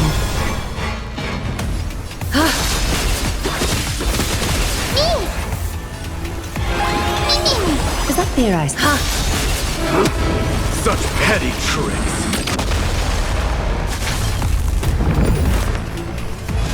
Serenity is before me.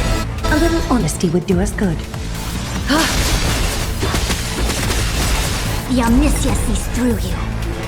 Countless threats. Thus our fates become one. Converge and awaken. Is that fear? All lies should be revealed.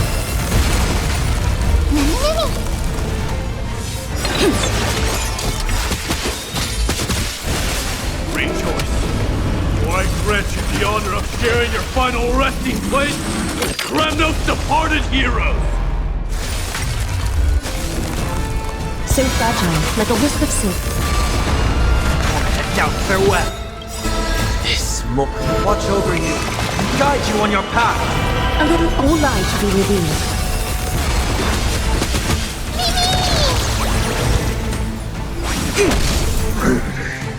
Leads to self-destruction. I am sending a dynasty to its end.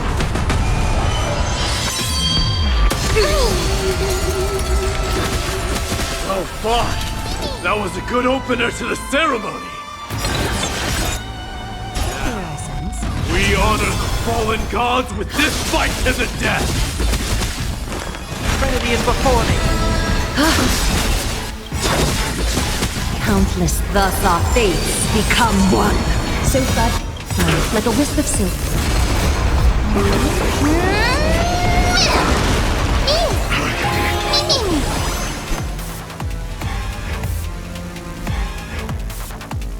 I'll accept your punishment. Olai to be revealed. It's time to end this.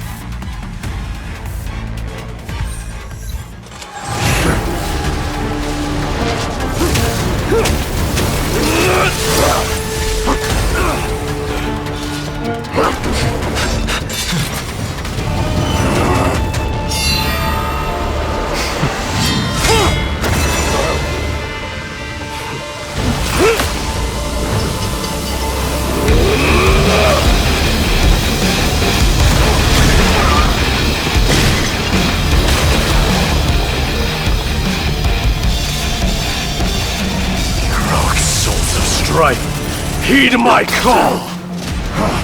I am the Lance of Fury. The agony this world needs!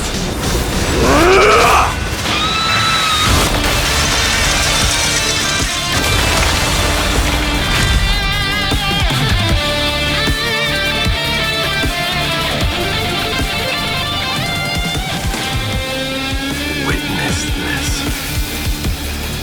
New God has come to Castro Kronos. Look! The warriors have returned! What? Are the rumors true? Has Oryx fallen? As the Council of Elders said, we face a dangerous threat. Yet the Chrysos heirs are only inciting more chaos. They don't care about the people's safety.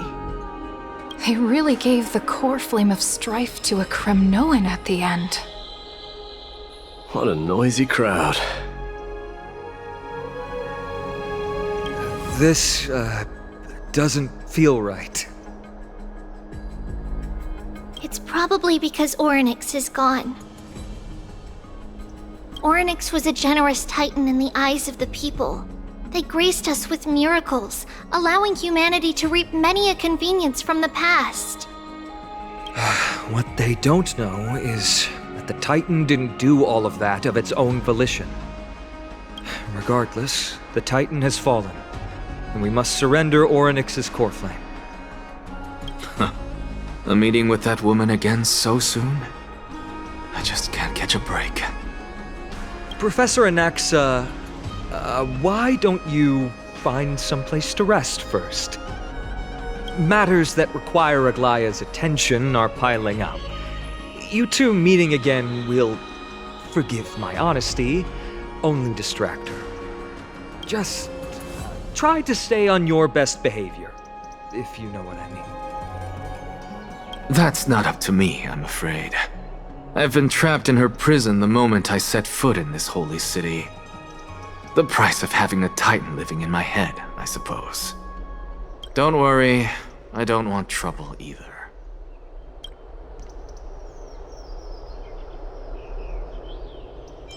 Professor Anaxa can be a bit unrestrained. Don't worry, you'll get used to it. I'm sure you don't need my help handling Oryx's core flame. So I'll be off.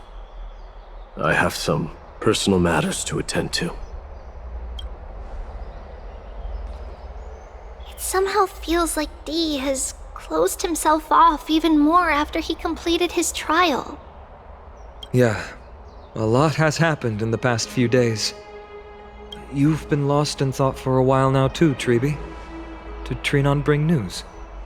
Yes. She has found Trian.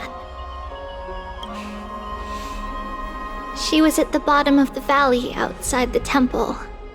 But that's where the good news ends. I'm sorry. It's alright. They also found someone else besides Trian. He was no better than a corpse when Trinan and Hyacine arrived. He had suffered more cuts than could be counted and leaped off a cliff from a great height, all to free Trian's body from the clutches of the black-robed swordmaster. What a brave soul. Do we know who he is? Yes. It's Krateros.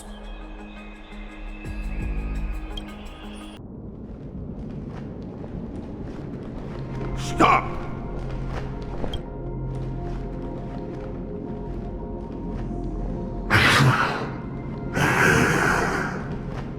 If you want this girl dead, you'll have to kill me first. How ludicrous. Your body made of flesh and blood as it is will not survive more than a single strike from me. Better to die in battle than return even in glory. As a Kremnoan, I know not the fear of death. She's lost her divinity. I have no interest in an empty shell. But answer me this, child of strife. Why do you raise your shield for her? As the leader of the God Shield Brigade's elite, I protected the king against the Black Tide with this very shield. And I've done this over and over, hundreds and thousands of times. A pathetic killer like you could never understand the weight it bears. Pity and crumble like rusted iron. Good!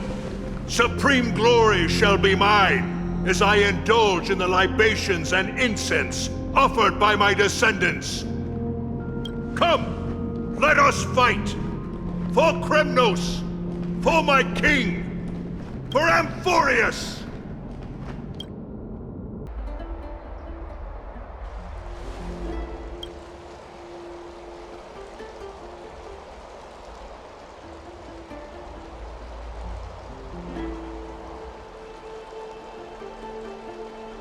We foresaw this cruel parting 1,000 years ago. Today is but a reminder of that bitter taste. But Lady Aglaea, I don't understand. It wasn't life itself that Lady Trian lost. Why does she look like she really turned into a doll? I don't understand. Don't be sad, Hyacine. Trian has used up her borrowed time from Yanis, that's all. Her spirit is now riding the west wind, flying ahead to a world free of sorrow. If a world like that truly exists, does that mean everyone from the Grove is there too? It exists, Hyacine. Do you not remember? The prophecy that guides the Chrysos heirs is the voice of Kefili before it fell silent. It loves all of its creations dearly, and would never bear to lead us astray with lies.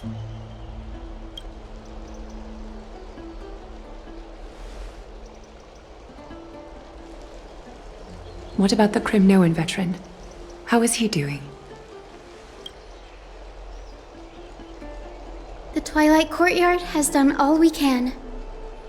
Even so, we've only managed to keep him from breathing his last. I had to use the Sky Priest's techniques to help him to walk again. But if light ever disappears from Okhema for good, Let's hope that never happens.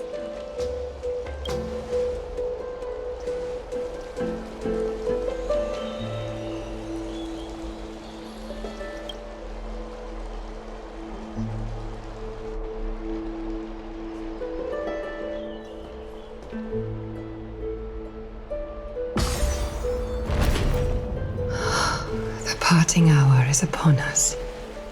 Yet the golden thread runs slack. The heroes have returned with their spoils.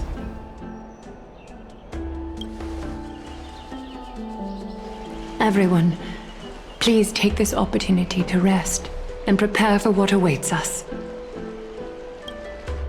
You've returned unscathed and brought tidings of triumph. Truly a moment worthy of celebration.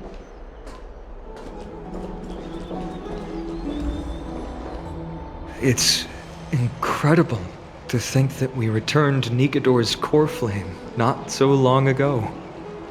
It wouldn't be an exaggeration to say that you and your friend's arrival has melted the glaciers of history. You could say this is the true face of history. It slumbered for 1,000 years, only to awaken for this one moment. Alas, now is not the time for a study of history. I do not see Anaxa around. Was this under your instructions, Phainon? Yes, it just seems much more efficient than letting you two go at it endlessly. A rash decision. After all, he still bears a core flame with him. I do concur with your assessment of efficiency, though. Now, let us table the issue concerning him for the moment. The more urgent matter is the core flame of Orynyx. The Krateros heirs had initially crafted a plan regarding the order to return the core flames. For titans like Orynyx and Circes, who harbor no intentions of harming humanity, our strategy entailed assuming their divinity only at the very end. But this unforeseen turn of events has thrown everything into disarray. If we don't return the core flames to the vortex of Genesis, and we leave the Titan's divine positions vacant, we can't even begin to imagine the disaster that would follow. But the most pressing issue at hand is that we haven't found the Krateros heir capable of bearing Orynyx's divinity. Phainon, Castorice, Mydei, and Hyacine. Tribbie and I devoted a millennium scouring the world, only to find these few people. Only a chosen few possess the capacity to assume divinity, the elite among the Krateros heirs.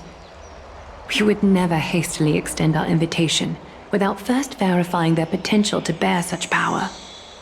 Yet we cannot compel anyone into divinity, as it would be no different from sentencing them to the gallows. Truly a dilemma. Yeah. How about letting her give it a try?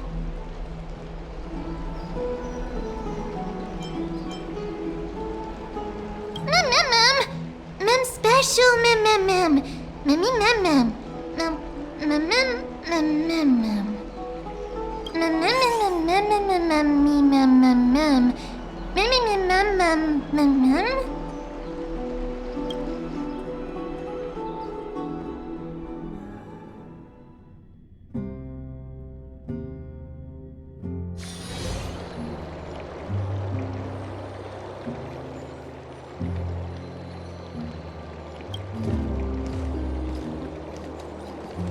I see the Reaper has forsaken you too, teacher. It simply put my life in the hands of the Twilight Courtyard. That priest girl's medical talents are truly exceptional. She might be far from the ordinary girl we envisioned, but this isn't about me, Mighty Mos. I saw it. You finally decided to embrace your own fate. Power of strife is stirring a tempest within me as we speak. My bones have turned into steel, and my blood is seething in a blaze. Past rulers of Kremnos could only aspire to this might, yet I have merged with it. I've made history, and henceforth divinity and kingship shall coexist as one. Indeed. You've realized the aspirations of every former king of Kremnos. And now, you can at last bring our people home and reforge the glory of Kremnos. Unfortunately, I harbor no such desire. What? What do you mean by that? Over 2 millennia past, devotees of Nikedor's might banded together beneath their feet and erected a city of their own. Ever since then, Kremnoans have served as the blades wielded by the god of war, following the Titan's path in its conquest. Yet, gazing upon our history through the lens of my newfound divinity, I now see it with unprecedented clarity. This history is sheer absurdity and inferiority. People surge onto the battlefield like ants, plundering and slaying for their own greed, only to be trampled upon like ants. The city and the beliefs that Kremnoans hold so dearly, alongside the supposed tradition, mere anthills that could be crushed with a single touch in the eyes of the Titan. Are you trying to strip Kremnoans of the pride we've amassed over thousands of years with mere words? That pride holds little significance, Krateros. Now that I've assumed the divinity of strife, my next step will be to renounce the title of king. No! No! Convey my message to every Kremnoan. This is an order. Do not do this, Mydei. I beg you! Our history commenced in the year 2506 of the Light Calendar, concluded in the year 4931. I, Mydei, last king of Castrum Kremnos, son of Gorgo, do hereby proclaim the Kremnoan dynasty comes to an official close today.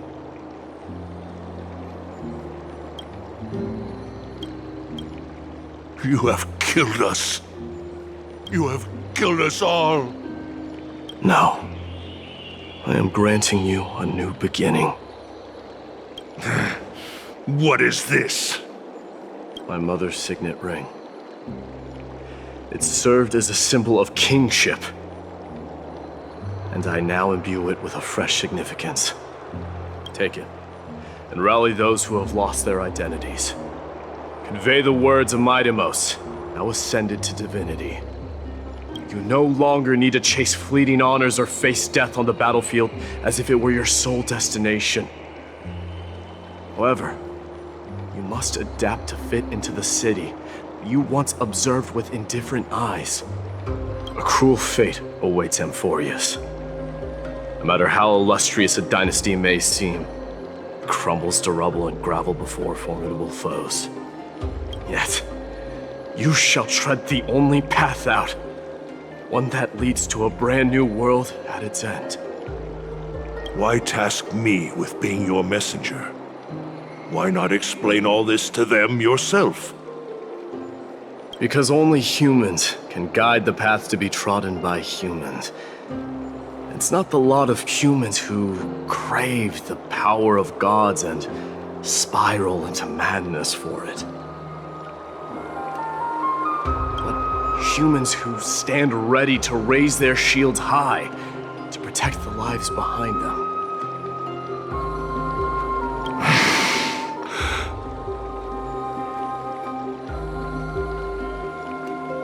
I failed to save that child.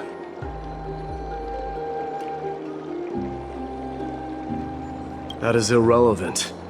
As demigods, they have long been prepared for it. What truly matters is that you showed up there, and shielded her. The one who persuaded Aglaea to set me free that night. Was that you, Mydei? Yes. She's not one to easily make a concession. What did you offer her? I staked my mother's name to guarantee the integrity of your soul to her.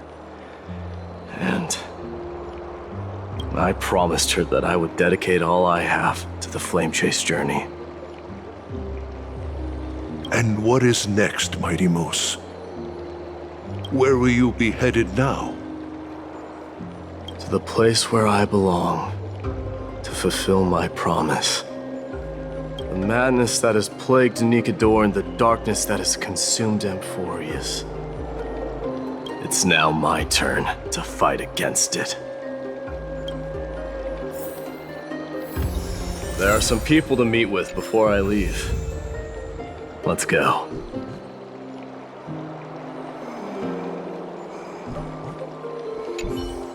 And what is next, Mydei?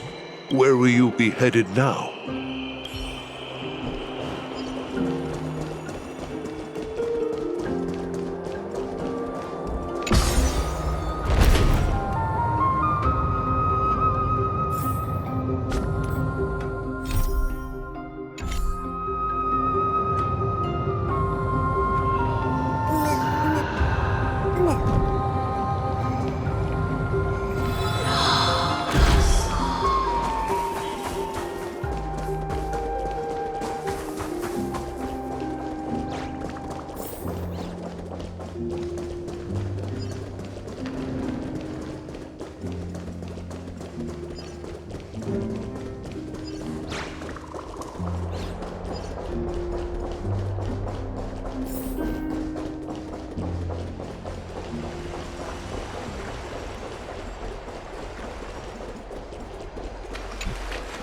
You're here, Mydei.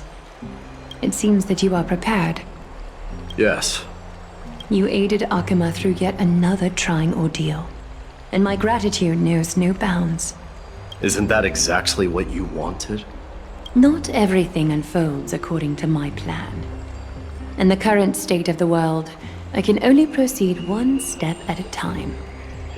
Furthermore, you are ready to dedicate all that you have, regardless of the promise you made to me, aren't you? Throughout my time in the Holy City, I've gleaned valuable lessons from you. Strategy, leadership, and adaptability to change. Yet, it's only recently that I've come to realize the truly remarkable quality you possess. And what is it? It's the magnetic allure in your presence. It draws people to gather around you willingly, to seek your guidance. They strive not to disappoint you, not due to fear of repercussions, but out of sincere alignment with your ideals. That is precisely what every ruler of Castrum Kremnos has been missing. I am truly honored to hear that. And now, Mydei, you have risen as the most powerful demigod in the world. How do you intend to wield this newfound power? I shall see Nikador's aborted mission through to completion, and become the strongest bulwark for Amphoreus to defend against the Black Tide. I will secure enough time for the flame chase journey, until you manage to lead everyone to reach the miracle of Genesis.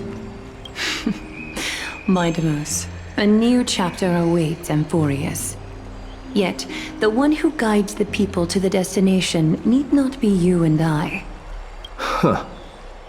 What did you see after assuming Nestia's divinity? Despite the passage of 1,000 years, every word of that prophecy remains as vivid as ever. You shall have your final bath in warm and radiant gold. Just as cryptic as all the other prophecies.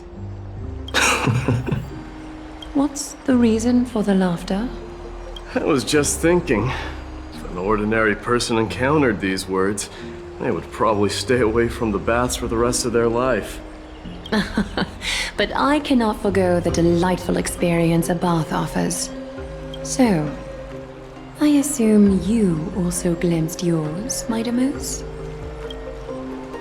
One day, you shall die with a wound in your back.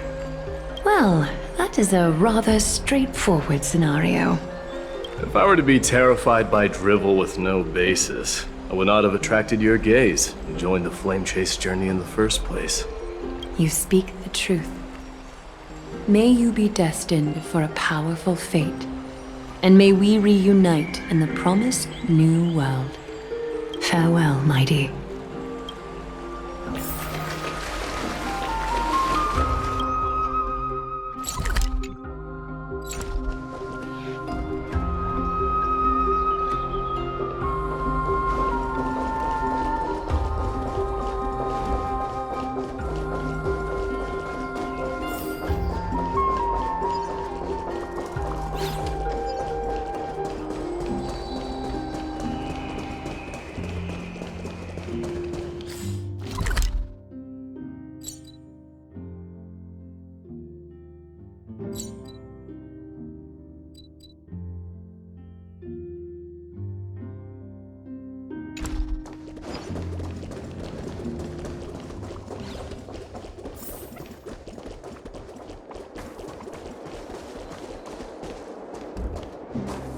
Is Lady Tribbie not here? Lord Mydei! Hyacine. So you are the physician Krateros spoke of. It's no wonder then that he was pulled back from the brink of death. You have my gratitude. I can take that as a compliment, right? I've heard about what happened at the Grove. I'm deeply sorry for your loss. I've heard far too much about death and grief recently. To quote Lady Tribbie, we should all focus on tomorrow, shouldn't we? That's a valid point. You've always been the most optimistic one among us. Well, I must say, it feels quite incredible to see a new demigod standing right before me. You should prepare yourself as well. Humanity has already taken hold of strife, and one day it will also reach the sky. Do you really believe I can do it? Even my ancestor, that hero of legends, couldn't conquer the core flame of Aglaea. Given your good rapport with the demigods, you should know that the path to assuming divinity is never limited to swords and spears. You've always been so perceptive, Lord Mydei. Rest assured, if fate has truly selected me, I'll be ready. Right. You are here looking for Lady Tribbie and Lady Trina, no? They're not around at the moment. Is there a message you'd like me to pass on to them? No need. I've already bid farewell to Aglaea. Meeting with the Oracle is simply a matter of courtesy. You've bid farewell? I'm heading back to Castrum Kremnos to fight against the Black Tide. In all likelihood, I will never again return to Okhema. Oh.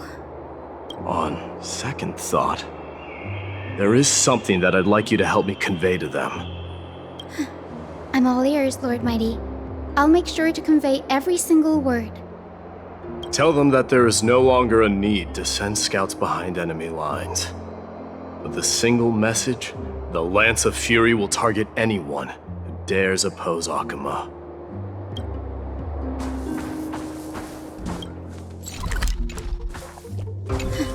I'm all ears, Lord Mydei.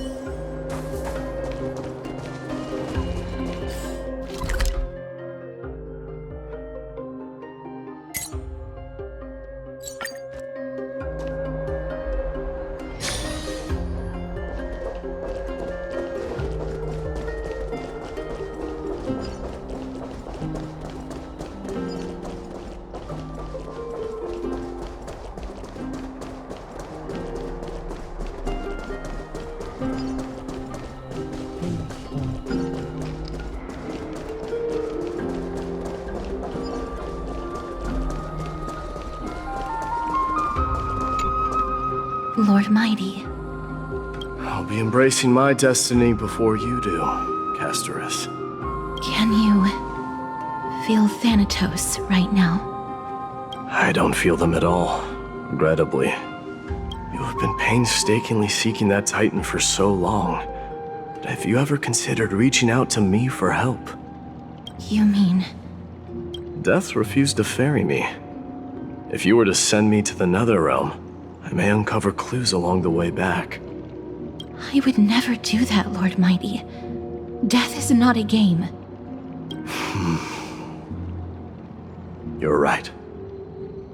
That may very well be the reason why my people have struggled for millennia. They underestimated the significance of death. So, are you returning home alone, Lord Mighty? Returning home, you say? Maybe. At this moment, Castrum Kremnos is not just my birthplace, but also my fated destination. Work harder, Castorice. Go and do what you have to do, so that the trials we have endured may have meaning. I will, Lord Mighty. May we reunite on the other side, where the warm west wind blows.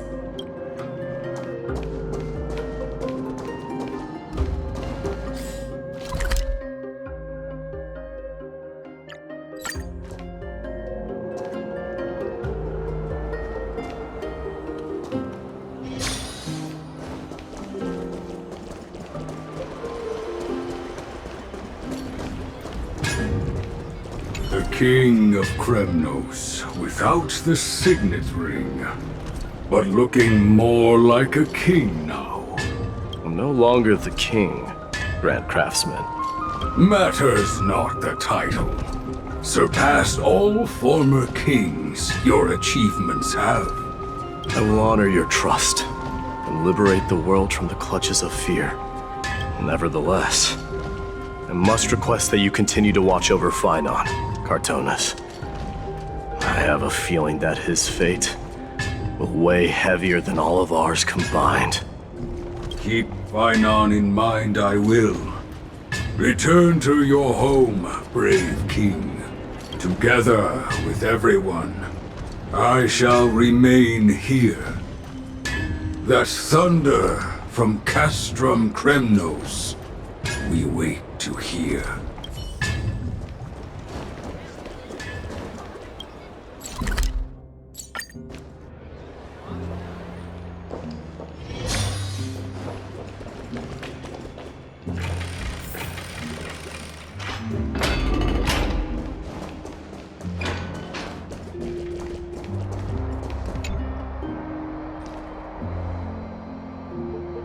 Outlanders?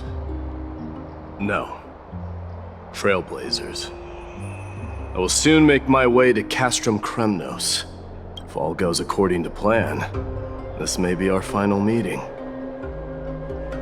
I just want to let you know that I appreciate everything you have done for Amphoreus.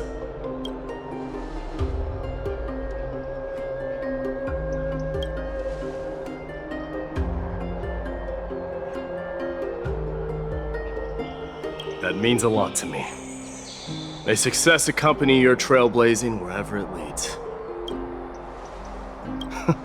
How about you let me guess what's on your mind? Are you gonna say something insane again, Trailblazer?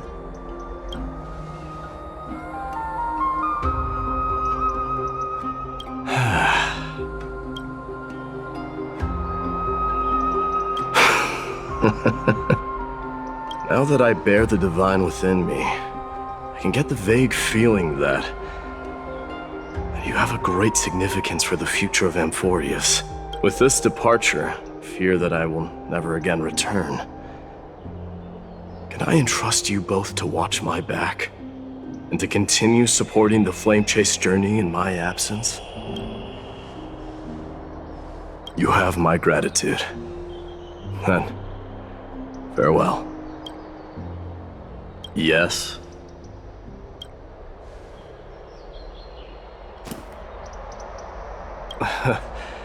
Sure, let's do it.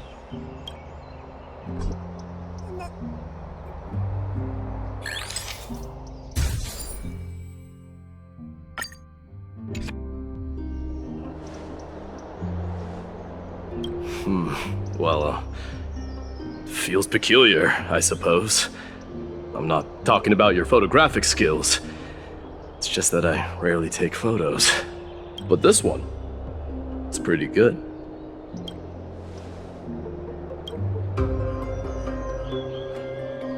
I wish the same for you during your time in Amphoreus. I wish the same for you during...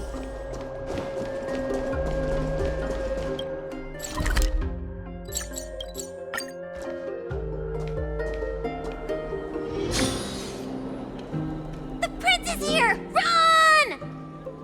Hold on! Lord Mydei isn't the prince anymore. He's now the guardian of Amphoreus! What's going on?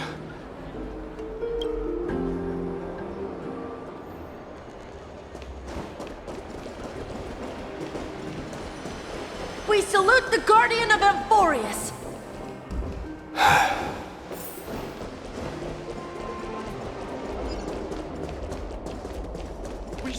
Farewell, savior of Kremnos! We salute you. May triumph always be yours. Witness! It's been a while. I should have known you were the mastermind behind this. Hey, don't go pointing fingers without cause. I swear I'm innocent this time. See those kids over there? They're the ones who brought everyone together. I admit, that took me by surprise. Were you seriously just going to sneak off without a word with me? Well, I was actually on my way to bid farewell to you, but ended up running into this. Oh, that's quite an honor, I suppose. We better not leave them waiting too long, don't you think? The road to Castrum Kremnos from here is long. Perhaps it wouldn't be a bad idea to take a moment and etch their faces in my memory one last time.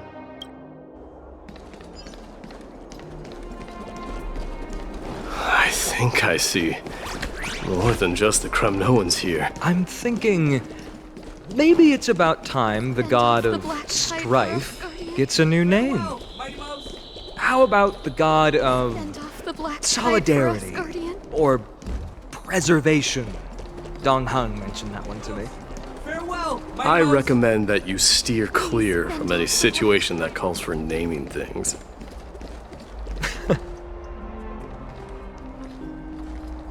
All right. It's about time for us to part ways. Any final goodbyes you want to share? This might be your last chance. Why so quiet? I thought divinity would wash away some of your sentiments. Do you truly feel as carefree as you seem? Or is this just a facade you wear? You know what? You sound just like Aglaea at this moment. But you're not off the mark. I just thought that putting on a nonchalant front for this occasion might help us preserve some dignity. I can see through your deception, even without the power of mind reading. Am I really that terrible at controlling my facial expressions? Well, with that said, thank you for aiding me in defeating my archenemy, Mydei. No need to thank me. This triumph brings no delight, nor does it signify closure. You understand that more than me. Indeed. In the end, I still haven't unraveled the mystery behind that black-robed swordmaster. And I can't even ascertain their demise. Maybe I've never managed to cut off my destiny. But that matters not. Pain may be cured, but scars remain, and this should not be effaced. Even with the divine might of Ornyx, you cannot stop the past from leaving its marks in our blind spots. Can you genuinely let go of everything as soon as that swordmaster is dead? That's impossible. Revenge is merely an obligation that must be carried out, and no one can find mental fulfillment through it. You're right. Look forward. Chew up and swallow your past. And make sure emptiness and bitterness are not the only flavors you know. Remember that there is a whole world behind you waiting to be saved.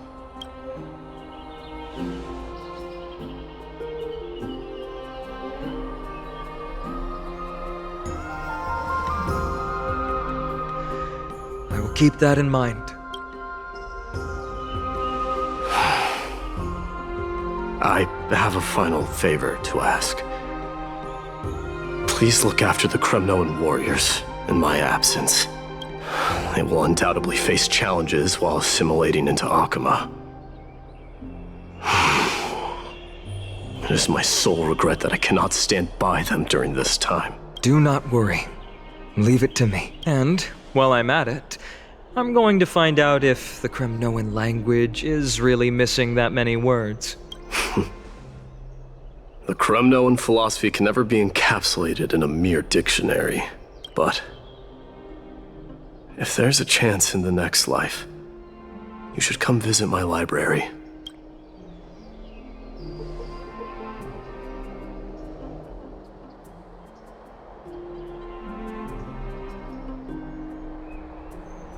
I'll be on my way, Deliverer.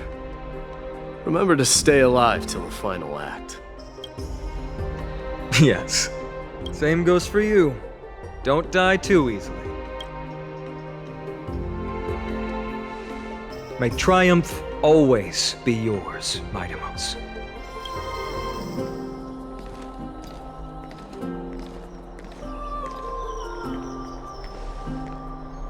Oh, right.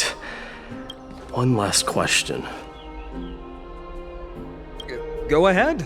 You better not leave any regrets behind. Are you the one who told Cartonis about the signet ring? Well...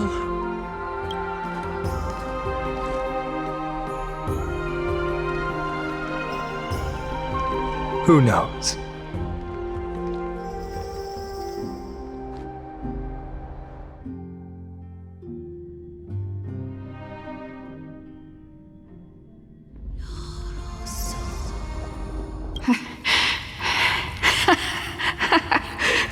Get up, my son.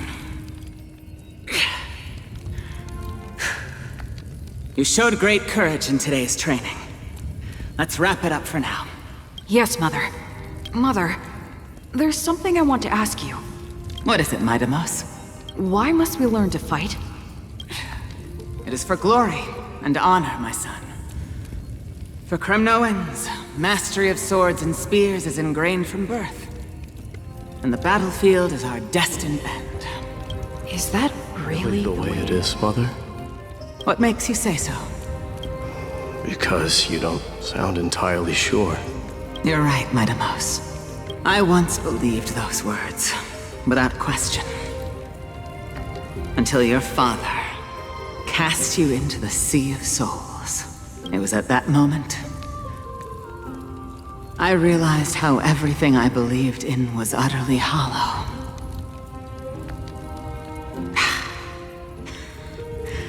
Perhaps the spirit of Kremnos had once existed. But as greed bloomed in the hearts of humanity over the years, such spirit had long faded alongside our glory. I no longer put my faith in any oath or doctrine. Now I have just one role, that of your mother, Mydei. Your guardian. That dream always ends there. The journey back to Castrum Kremnos is proving to be longer than expected. Krateros said that shortly after my fall into the sea, my mother challenged my father to a duel. She died through father's treachery, and I never saw her face. Yet each night she would show up, waiting by the flickering firelight. I always anticipated the sequel to that dream, believing she had more words of wisdom or guidance to offer. But now, think I finally come to understand. That is all she wished to tell me. And now, I too am left with but one role.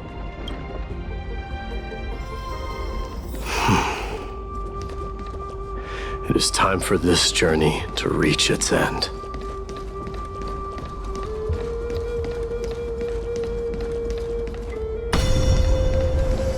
Look! Mydei is back! Glory belongs to you! We've got fresh pomegranate juice. Want to try some? Welcome back! We meet again, Your Welcome back!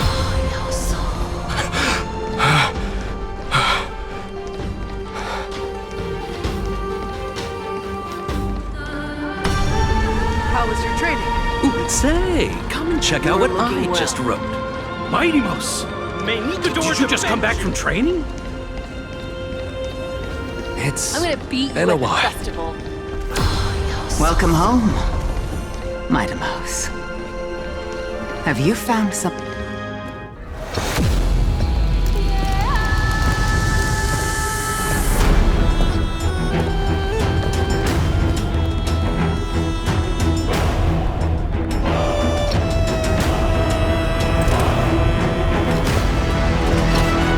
The son of Gorgo will be crowned in blood! The son of Gorgo will be crowned in blood!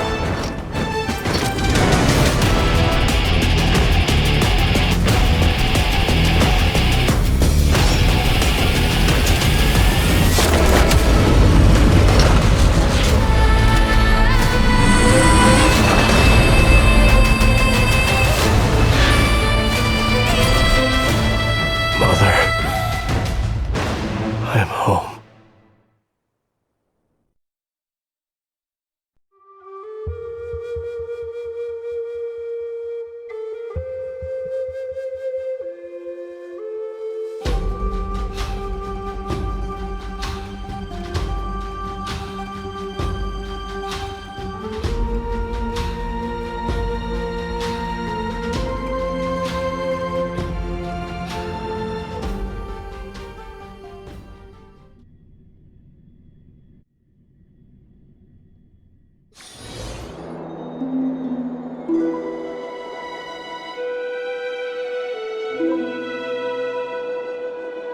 We smell sunlight and the wind of Okhema.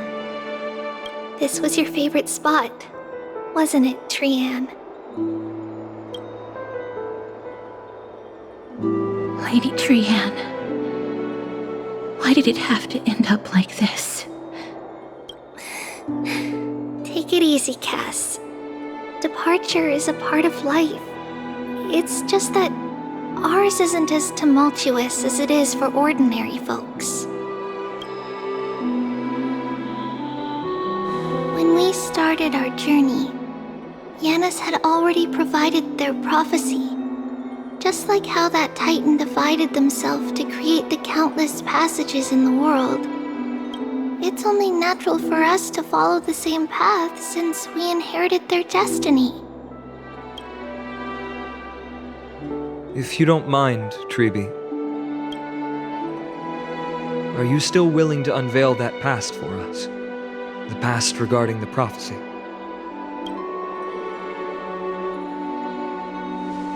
What do you seek to learn, Snowy?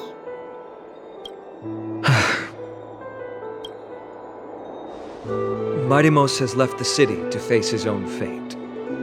That is, the fate of every demigod. We will all eventually let go of our past to follow the same path as his. So, what I want to know is, as Amphoreus' first demigod, what compelled you to take the first step on this journey? And what has sustained you to make it this far without looking back? Despite the fracturing of your body and the numerous departures you have endured.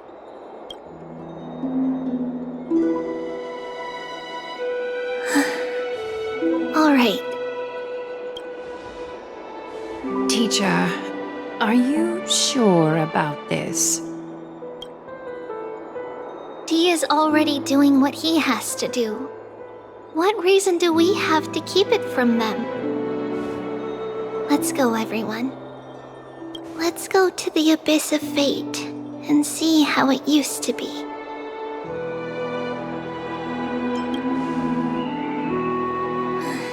Then we will leave it to you. Trinan, would you mind? Tribbie, are you not coming with us? I want to stay here with Trian for a bit longer. I see. We'll be off then. Take care. Since you have made your decision, then let's proceed as you wish. See you later, teacher. Cass, are you not going with them? No. I'd prefer to remain here to accompany Lady Trian. She hated being alone. What's this? A little gift that I had hoped to deliver to her personally, though fate had other plans. Oh, so you saw us arguing that day? Yes. I figured Lady Trian would like it a lot, so I bought it. I see. Cass, you know, I recognized it immediately that day. It truly is an authentic piece from Yanisopolis. Then why? It's just that Trian had forgotten far more things than I. For example, she forgot that this glass object meant something unfortunate according to the traditions of our homeland. I'm sorry, Lady Tribbie. Should I... No need to apologize, Cass. At that time, I simply didn't want her to be trapped by our past, especially considering how much time had passed since we left home. But now... it might just be the perfect gift for Trian. All shall bid farewell to one, and that person alone will witness the miracle. While you and I have long accepted this absurd fate, they remain fresh and inexperienced. Teacher, don't let the weight of that cruel prophecy crush their spines. But it would be even more cruel if we allow them to ignorantly fall before the gates of the new world. They will eventually need to know the truth. We just need the right opportunity. This, to me, feels like the right opportunity.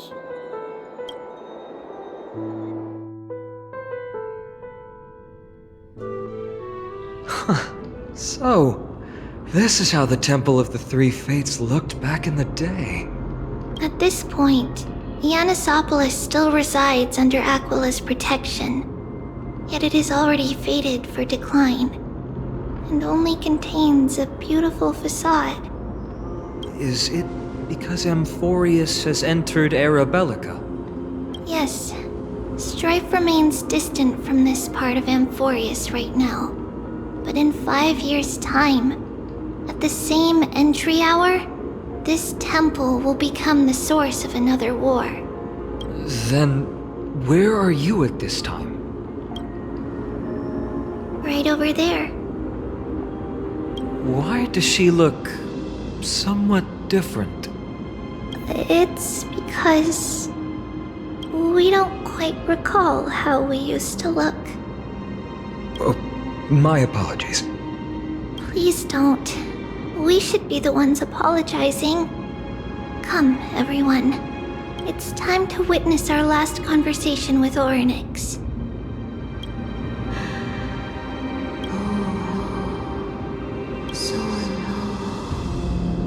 You're here, Orynyx.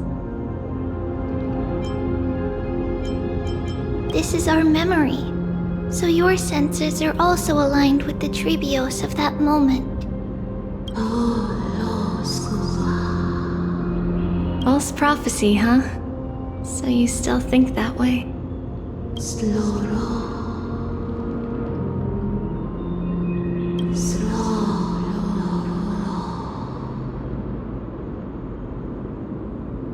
But the black tide has already arrived, and Yanis remains in slumber. If even the god of passages, known for guiding mortals, cannot resist this catastrophe, then what can we do against the incoming destruction?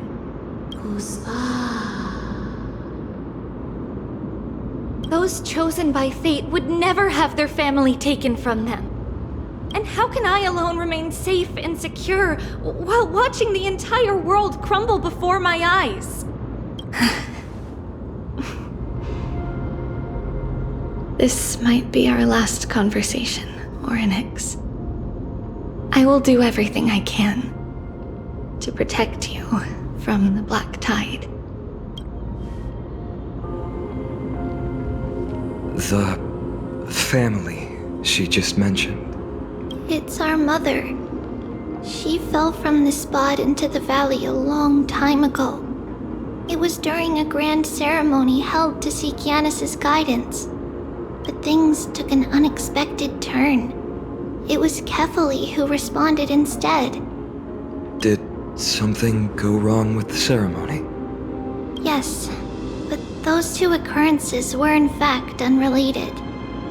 Kefali's response was simply a coincidence. On that frosty night with treachery abound, as the holy maiden of Yanisopolis met her demise, the world-bearing titan also fell in another corner of the world. Let's keep up with her. This story... she should be the one to tell it. That thing ahead. It's the altar of Talantin. But that's not our destination. We're heading to the left. This place used to be passable.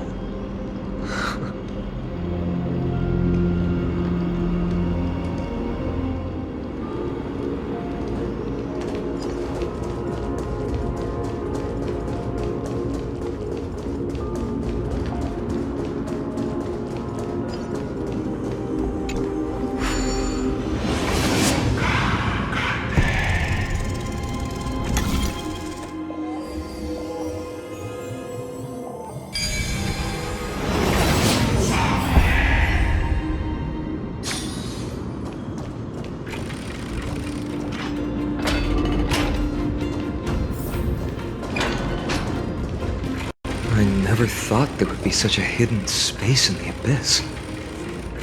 This is the Archive of Prophecies, an important ceremonial site back then.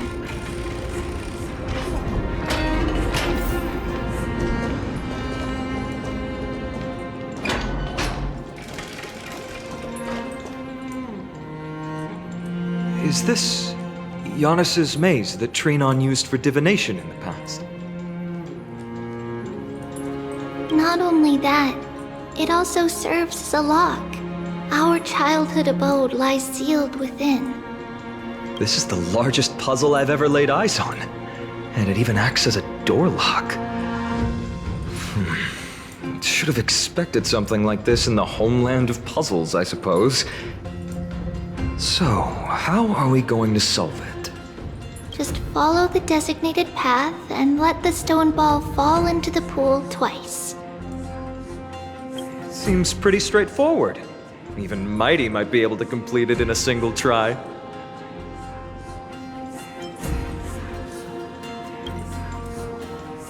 You still don't know him well enough, then.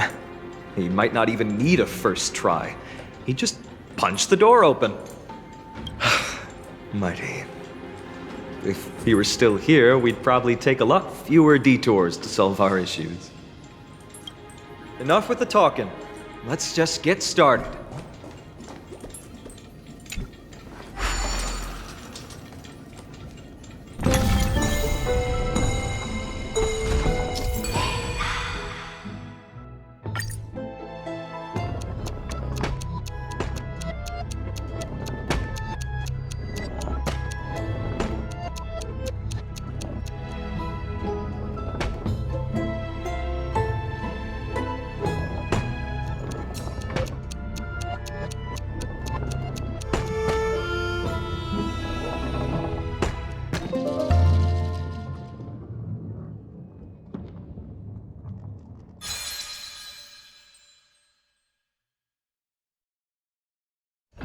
impressive. You too have the makings of a high priest now.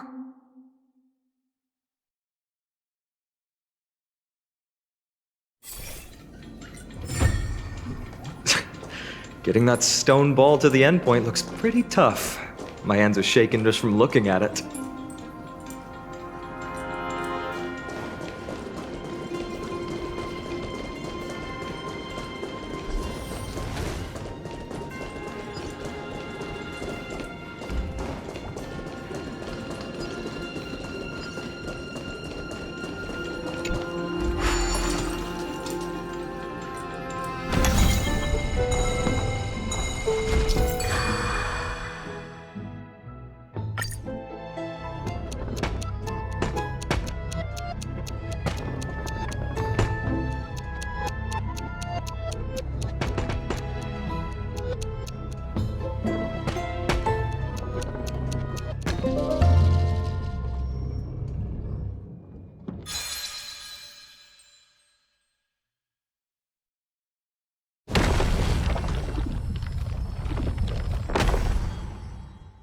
The secret door is open.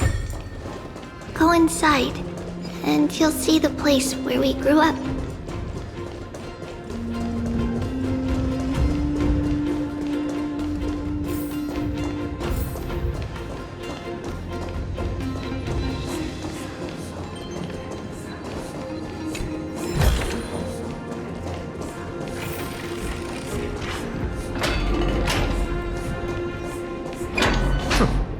You grew up in a place like this? By the time we were born, the role of the Holy Maiden had already diminished to a mere title. Those in tune with the Titan's guidance are bound to become messengers for others. To maintain appearances, those in authority added some embellishments. And with Mother around, our childhood wasn't entirely without joy. Even so, I still find it hard to imagine.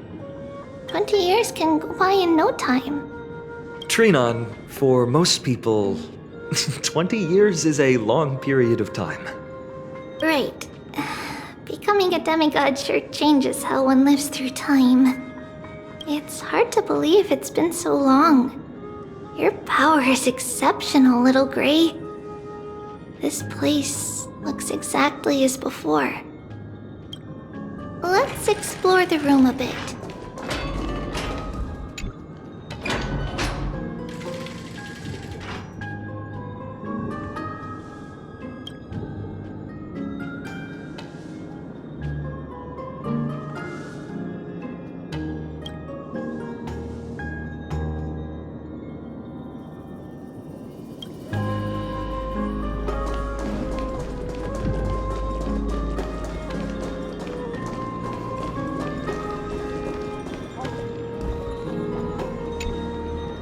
There's a blackboard here.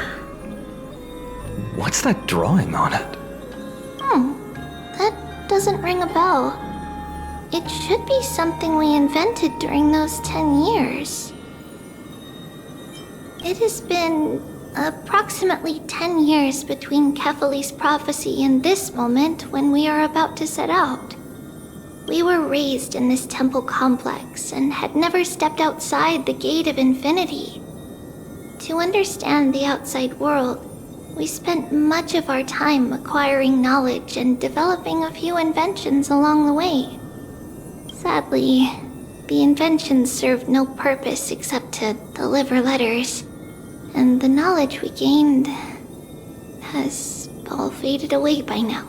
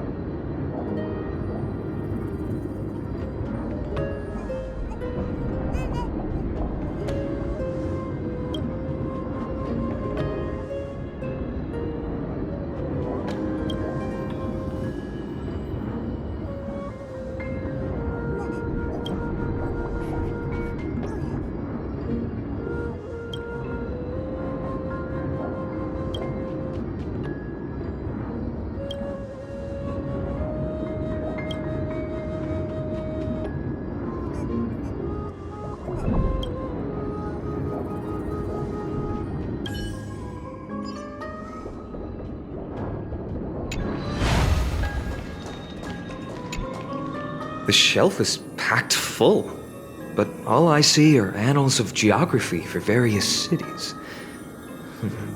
There are also documents about various kinds of Titan worship. Because we believed that we would need to travel great distances to convey Kefali's prophecy to everyone, and should learn about the terrains and customs of various places beforehand. Back then, our memories were still sharp. 10 years was enough for us to memorize all these. Mother left us these scrolls too. When we were young, she would read them to us as bedtime stories. Her stories were so engaging that we could vividly imagine all of Amphoreus in our dreams. Unfortunately, only after Mother was gone did we realize that what was written in the scrolls was far from engaging.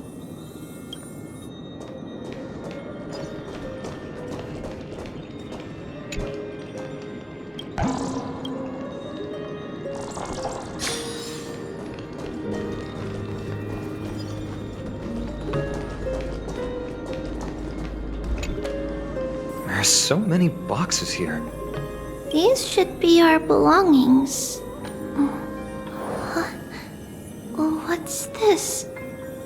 A red glass fragment? We were still very young the first time we saw it. Mother came back with a beautiful glass piece, but her face was streaked with tears. She simply placed it on the table. It looked so sparkly that we couldn't resist playing with it, but we ended up breaking it by accident. Mother didn't get angry. She simply held us quietly for a long time. It wasn't until we were older that we learned in Yanissopolis, if someone gloriously died for destiny, the Holy Maiden must pick a piece of glass from the volcano's quarry and polish it, then give it to the deceased's family. On the day Mother returned with the glass, her friend lost his life on the battlefield. Since he had no family left, Mother had to keep it herself. Later, on the eve of the ritual, Mother also gave us a beautiful piece of glass. Let's move on to the bedroom.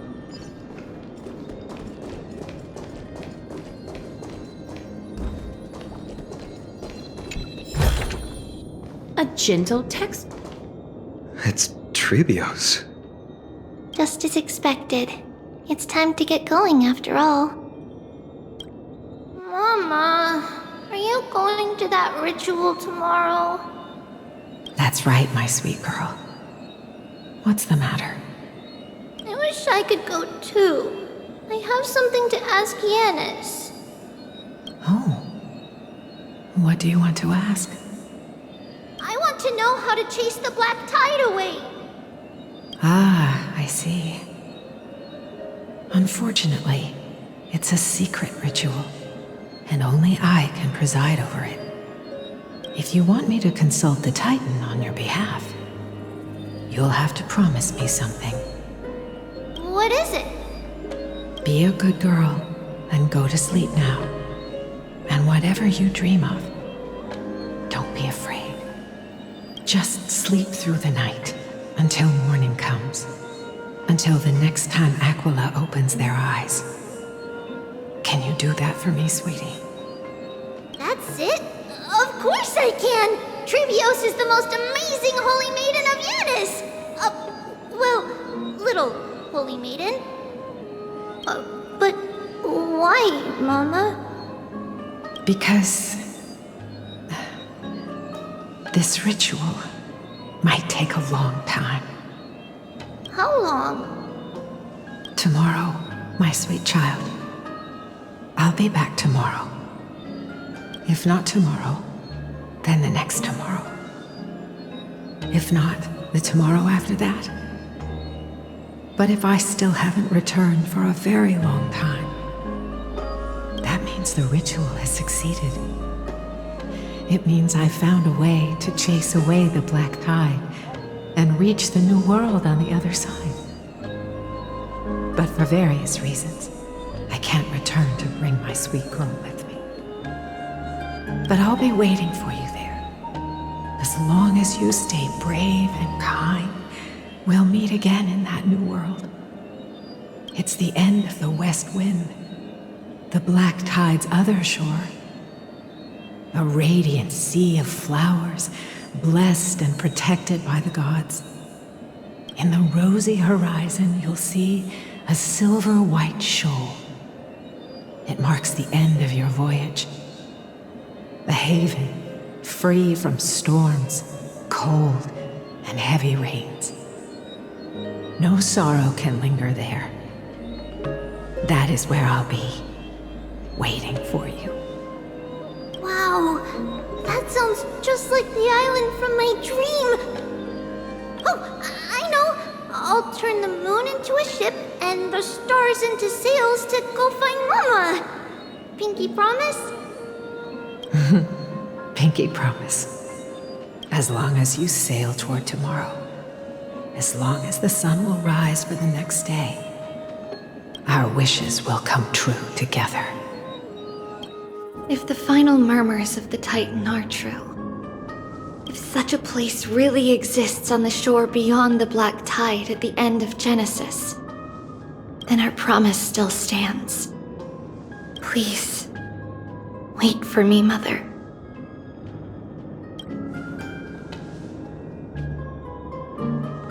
After those 10 years of darkness, when Aglaea opened their eyes for the last time, we finally set off. Where did she go?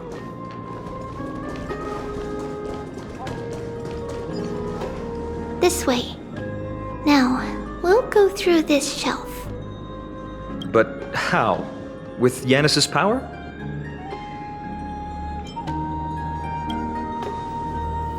Indeed, we hadn't acquired their power back then. So, this obstacle, it was simply a mirage? Yes, the answer is right on the shelf. Go ahead and give it a try.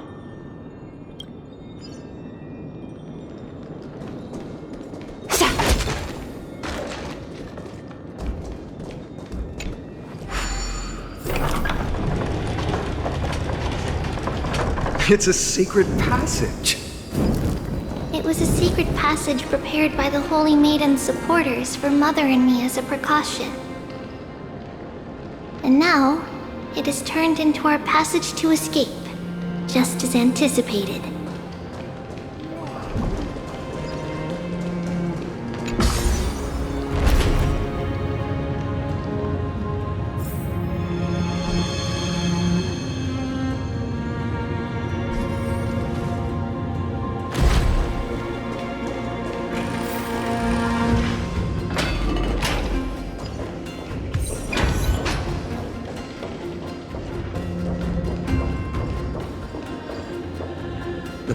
The temple was in quite a state.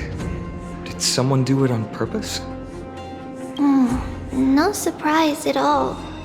Some people caught on to what we were planning and tried to intercept us, while others were willing to clear the way for the Holy Maiden. I can't move it. I can't climb over it either.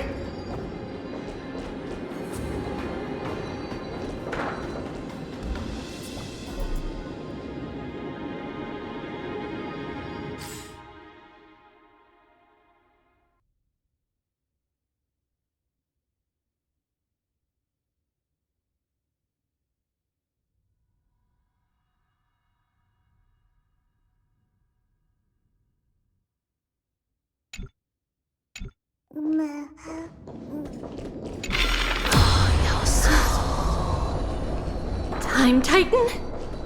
Is that you?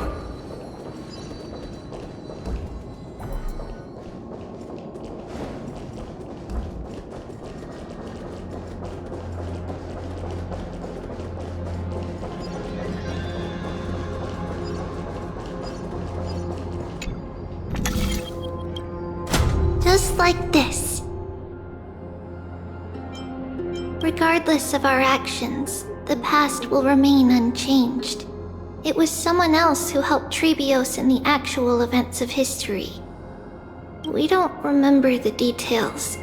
As for why memory recreated the past to be like this, it must be because it's closer to the answer within our heart. The passage is now cleared.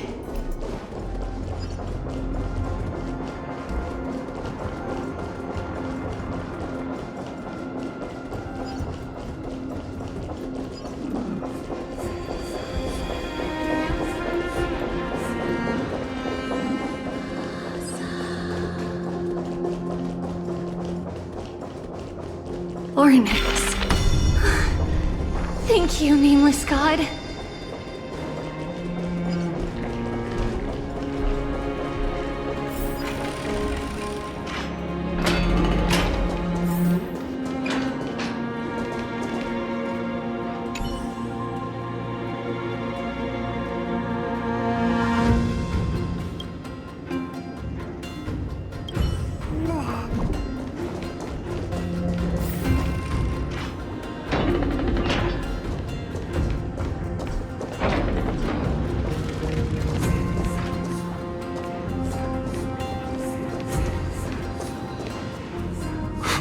Whoa!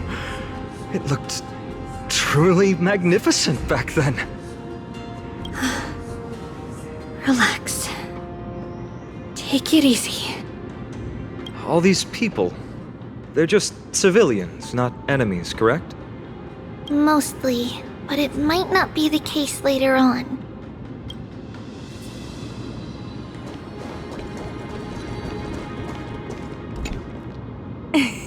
Hey, little ones. How did you sneak in here? Shh!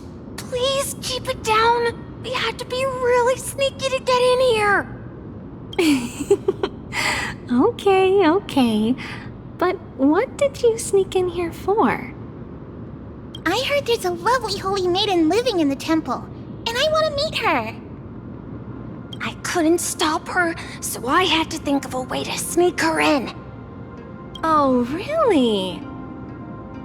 I was here to meet the Holy Maiden as well, but the guard said she had to go somewhere far away today. Huh? What a bummer. Mommy even asked me to bring her gift to the Holy Maiden. It's getting late. We couldn't go home now, okay? Okay then. We'll come back next time. Thank you. By the way they are dressed, the siblings look like civilians living outside the temple. Mother mentioned that when she was a holy maiden, she caught a girl sneaking into the temple to steal the tributes. Stealing from the temple was punishable by death, but that poor girl had no family and just wanted something to eat. So Mother took her outside and even gave her some food. Perhaps these two children are the descendants of that girl from back then.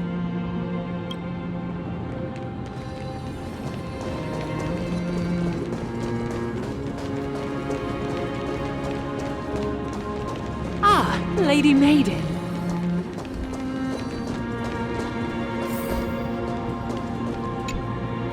Lady Maiden, you need to dress warmer. It's pretty cold out. Let me get you a blanket.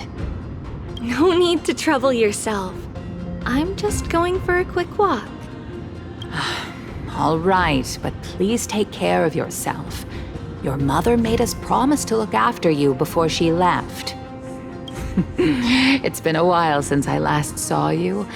I just realized you've grown into such a beauty, just like your mother. Oh, here, have some of my sweet pastries. She used to enjoy them, so maybe you'll like them too.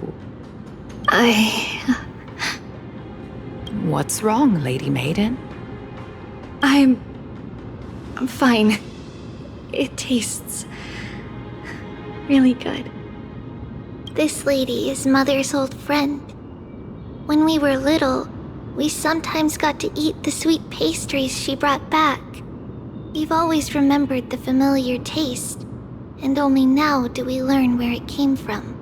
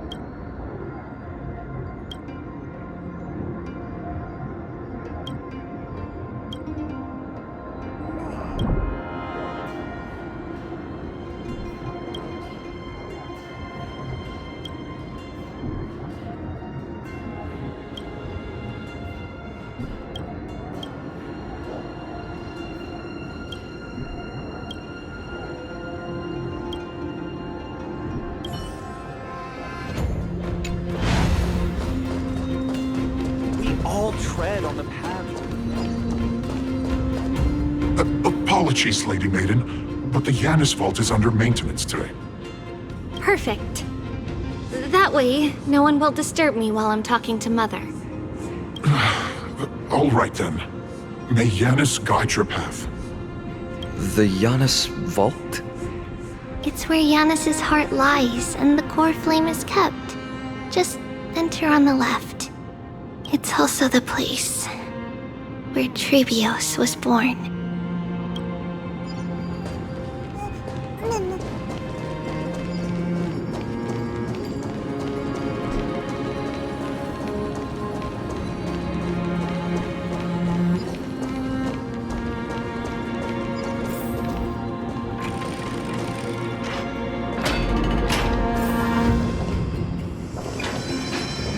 Tribbie.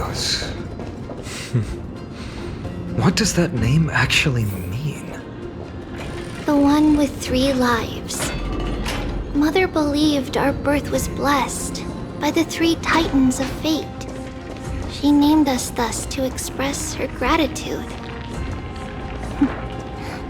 Looking at how things have unfolded, fate might have had a role in it.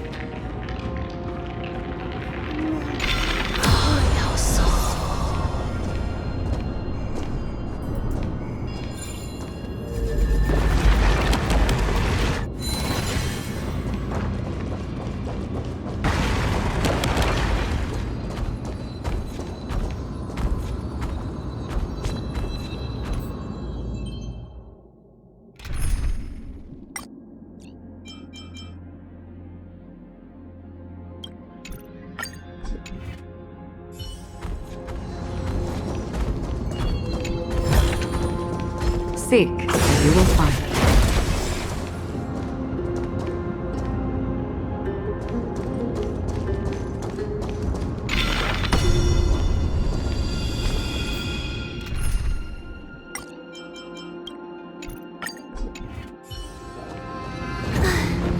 Finally! The Janus Vault is right ahead.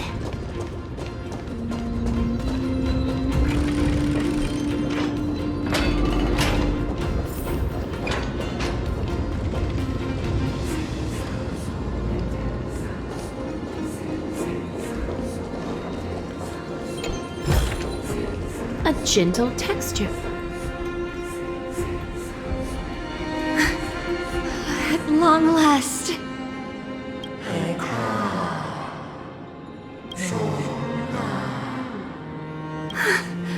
I knew there was some sanity left in you, Janus. Just as I thought, you too have been confined.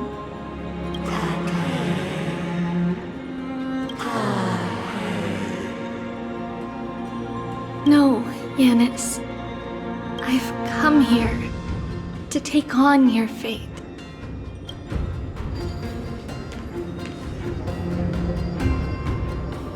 By the blood of the Lamb and the strength of my blade-wielding right hand, I am Tribbie, the listener, the announcer, and the witness of the prophecy. I The Holy Maiden of Yanisopolis, the Walker of the Infinite Paths, have come forth to assume your duty.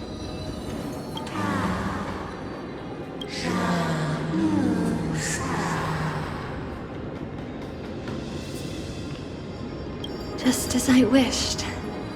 This journey promises to be a long one, with 1,000 selves to accompany me. I'll never be lonely.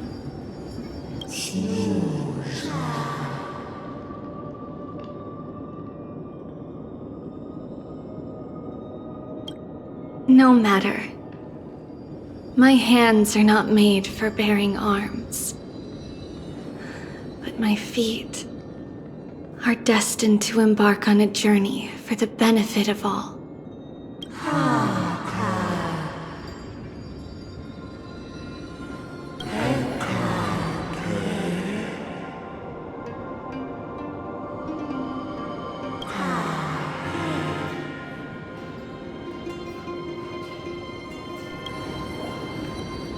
Without a doubt, Titan. Let the prophecy shatter me, so that I may open a myriad of paths for this imperiled world.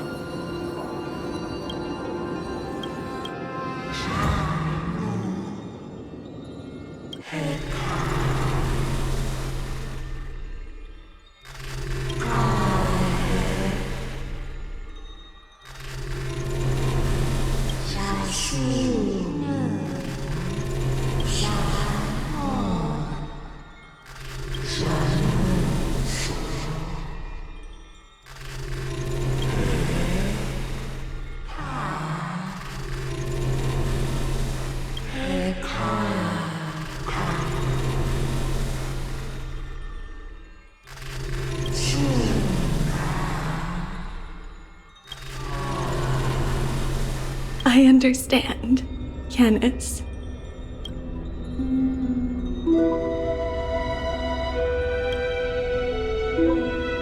Thank you. Now, may you rest well.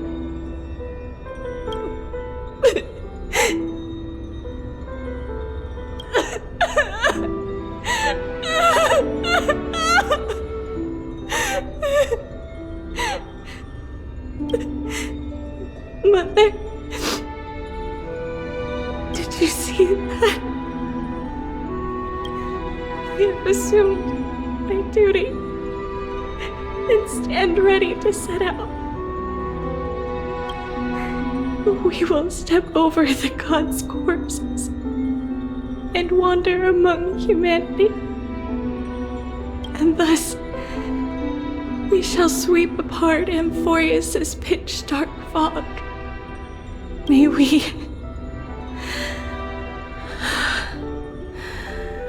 the world follow the myriad paths trodden and reunite at the end of the west wind, where flowers bloom in spring. Mother, I shall see you tomorrow.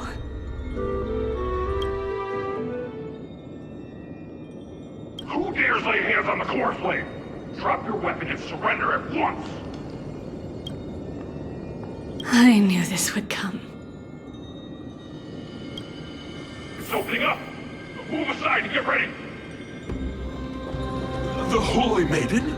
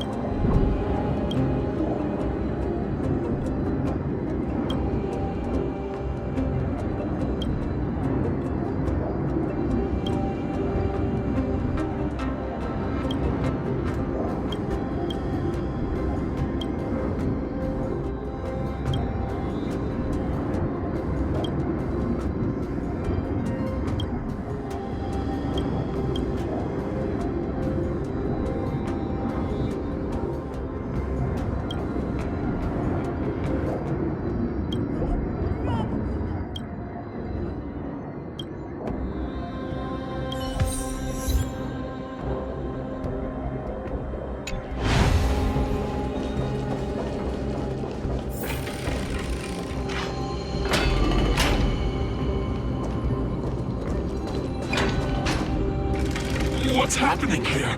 Lady Maiden, where's the thief who stole the core flame? Look at what she's holding, you buffoon! She is the thief! Take your positions and ready your arms! We're taking back the core flame! Bring it on! What? Come forth, loyal guards. At least do it properly. Pierce me in the chest. What are you scheming? This is your last chance. If anyone wants to earn a promotion and rise through the ranks, I'm right here. You all know who I am. Go ahead. However, if there's still any loyalty within you, step aside for the Holy Maiden. Otherwise, by the decree of the Holy City's Codex, anyone who dares to harm the Holy Maiden shall face execution! Captain, what should we do?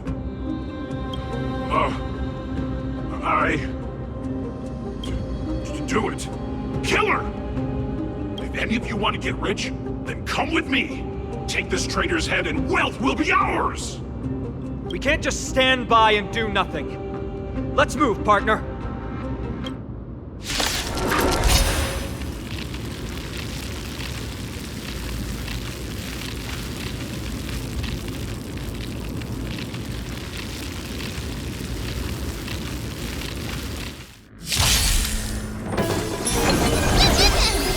Catadons?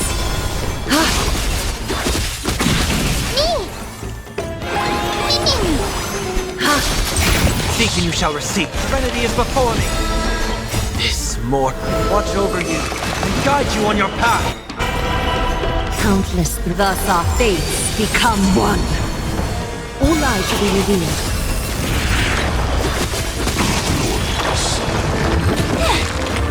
A quick divination. Mimi! Is that fate so fragile, like a wisp of silk? How's that possible? Could the Titan actually be on her side? That woman is the traitor! I should go. Let's keep up.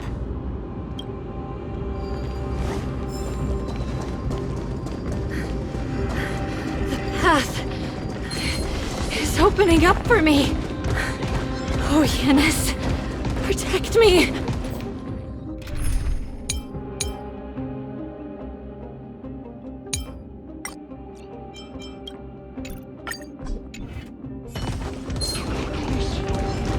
Stream forth.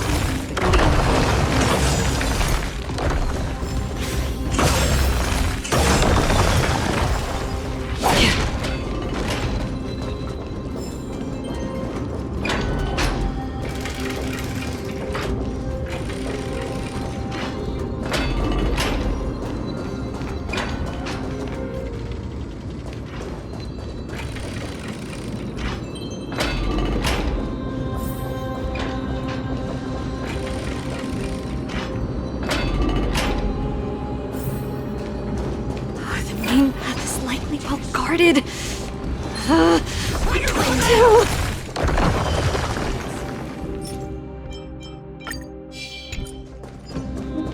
Just as I thought. Inside!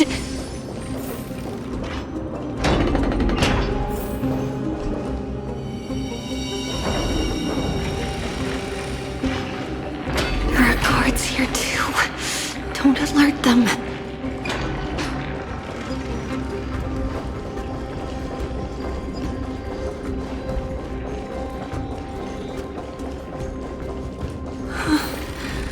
Long last.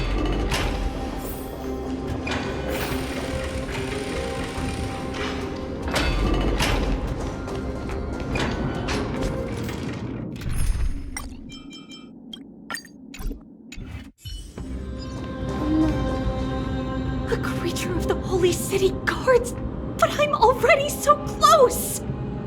This should be the last fight. We have to help her get through. But I don't get it. This has been puzzling me for a while now. Who has been aiding Tribbios in her escape?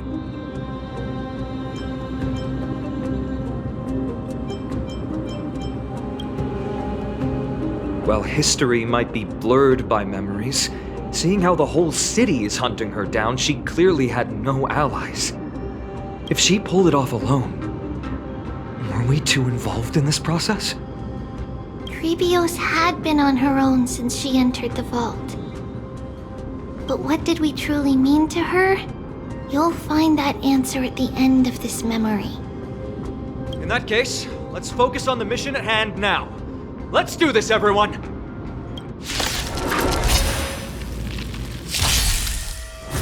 No matter. All things human creations!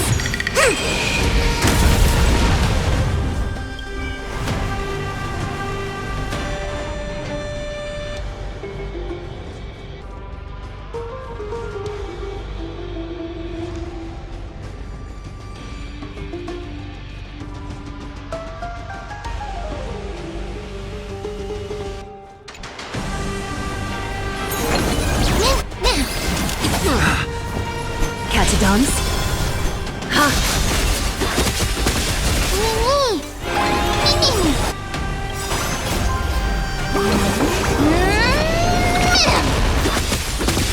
Heard the call. Wanted to doubt farewell.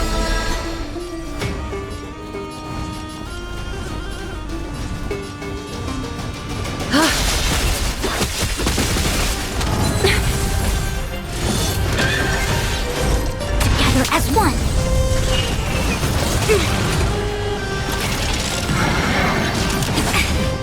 Mimi!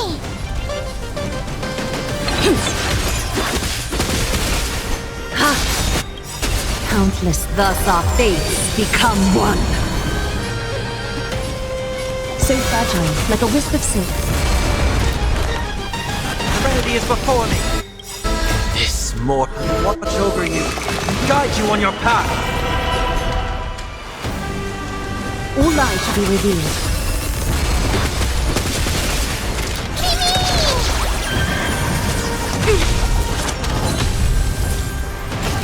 Of no great concern. It's of no consequence.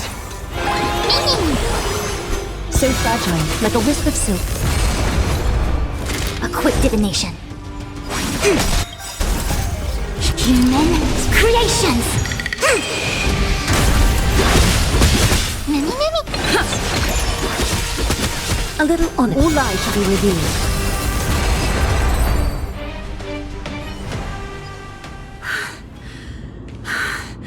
Finally, beyond this gate awaits a boundless world. This is where my journey begins. God of Passages, can you see me? I will complete the path that you started. No response after all. Yanis, may you have a good dream. I can't stay here much longer. It's time to leave. Well, looks like this is the end of the memory. Not yet. The question that has been puzzling you. She's about to reveal the answer.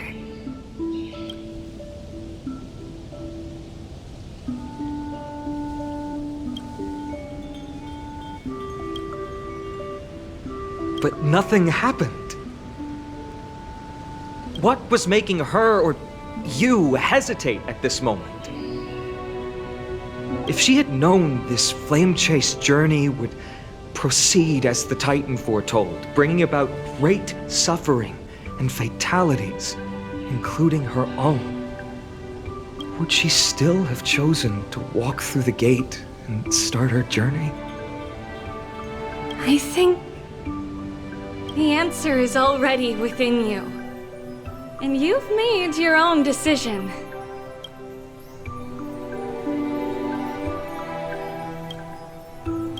What? You can hear us? Not really. She can neither see nor hear us. Yet she knew that one day, someone would return to unveil this dust-covered memory.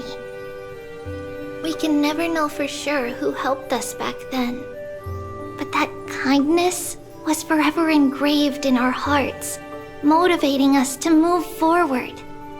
Time has modified this memory into a special letter, so that we do not forget our original intent. It's a letter written by Tribios of the past and sent to her future self. In this memory, it is Tribios of the future who overcomes all difficulties for her and sends her on a long journey toward the tomorrow where we are. Yes, you'll remember it all. And then find your way back to the gate where everything began. Here, I will set sail toward the distant horizon.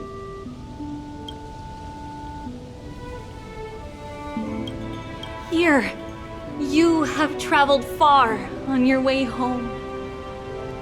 Such is the maxim that unveils Tribios' fate. You shall shatter into 1,000 fragments and wither on the soil of foreign lands. So, if you ever feel lost, return to this place. I'll keep this memory here for you. Or for me, to embrace it again. Worry not, though loss is something we've grown used to. Our resolve and our pledge are what Tribios will never forget. Each one of us has never failed to remember. Losses are a constant on the flame chase journey, among which even life itself holds little value. The hot blood of the sacrificial lamb will not be spilled in vain, like my mother and I.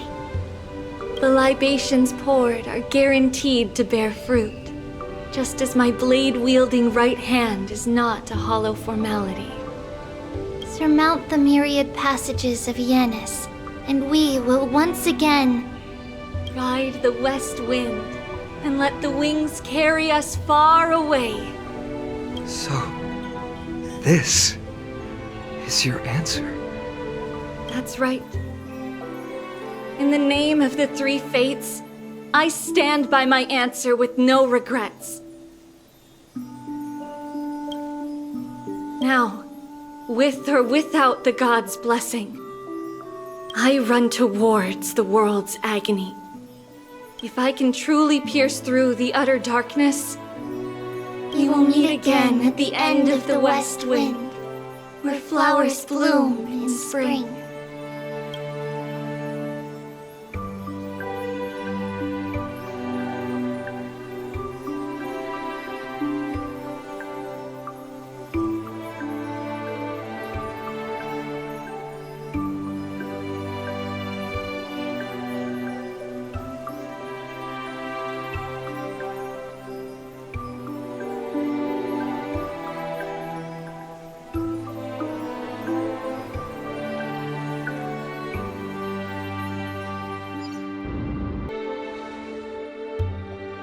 Lady Tribbie, do you still think that everything will be fine tomorrow? Yeah, that's what Trianne would say as well. With all due respect, Lady Tribbie, you know perfectly well that see you tomorrow is nothing but a white lie. I hope your toughness is not a mask hiding a lonely heart. Cass, that's not a lie. See you tomorrow is the greatest prophecy in the world. Prophecy? Listen, in every corner of this land, every heartbeat carries a prayer for that prophecy to come true. It may be that only a few heroes will bring tomorrow to the new world, but the prophecy of leading everyone to tomorrow belongs to all in Amphoreus. But not everyone has the chance to see tomorrow. How can such words be called a prophecy? Because people believe it will come true, and they are trying hard to hold on to that belief. Even as the world teeters on the brink of collapse, everyone is pressing forward, longing to reach farther and move toward tomorrow. And that is why a holy maiden exists to lead the world toward tomorrow, and why Yanisopoulos' prophecy unfolds as passages. Fate is not about the outcome, but the journey. It's not the flowers that bloom at the end of the road, but rather the paths that lead beyond the gate, where people tread toward the sea of flowers.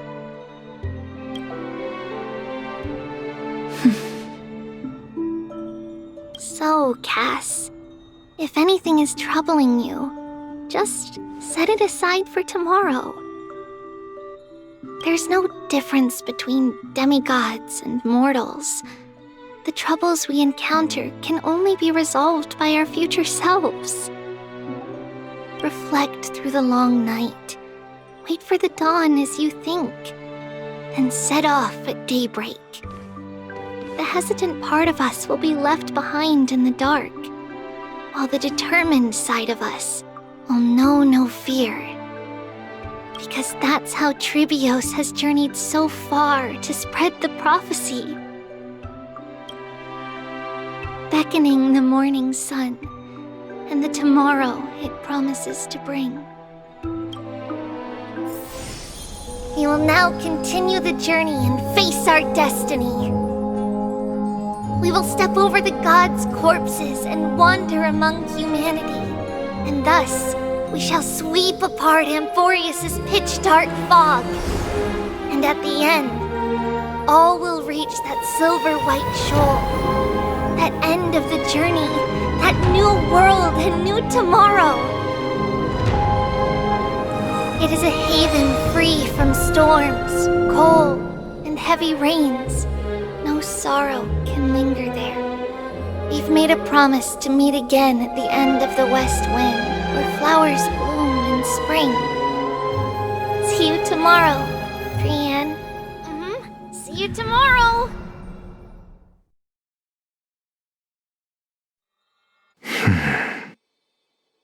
Child of humanity, surely you are not waiting for the arrival of night. Nights do not fall upon Okhema. That's why it's futile for you to wait here. Honestly, I didn't expect the renowned Reason Titan to behave like this.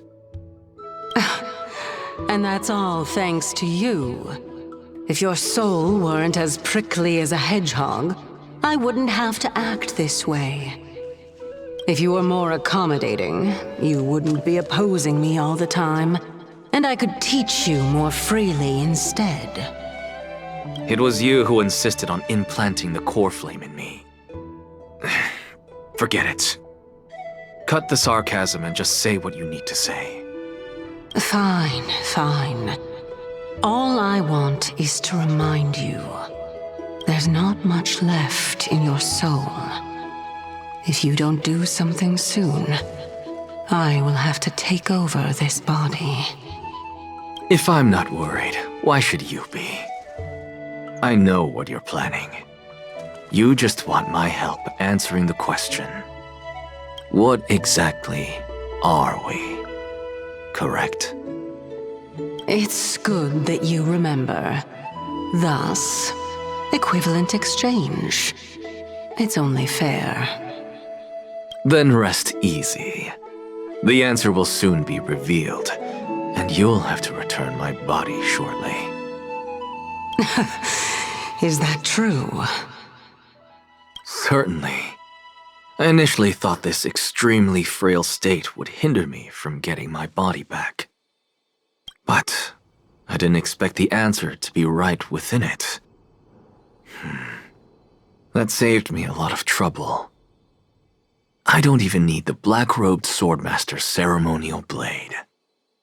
That's certainly worth celebrating. Regrettably, I can't carry out the upcoming experiment alone. The girl who's walking with death, is she fully prepared? Be patient, Titan. If we're always so guarded, how can death reach us easily? Unfortunately, on behalf of Okhema, I must ask you to slow your pace. I forgot about you. My apologies. A child's words are always carefree. I'll just dismiss these words as nonsense from a cheeky child. Come now, conceited performer. It's time to address your relationship with that Titan. What if I refuse? Provocation will only tip Talantan's scales further toward your demise. There's no need to go to such lengths. Oh, monster neither human nor divine. Don't forget that you won't dare kill me. If you snuff out the core flame of reason, what else can you use to stand against the Council? Do you two mind if I cut in? I warned you. Do not interrupt me. I just have been meaning to ask. Does death really matter to you? What do you mean? What I mean is, before I implanted the core flame into your heart, you were already a silent, cold corpse.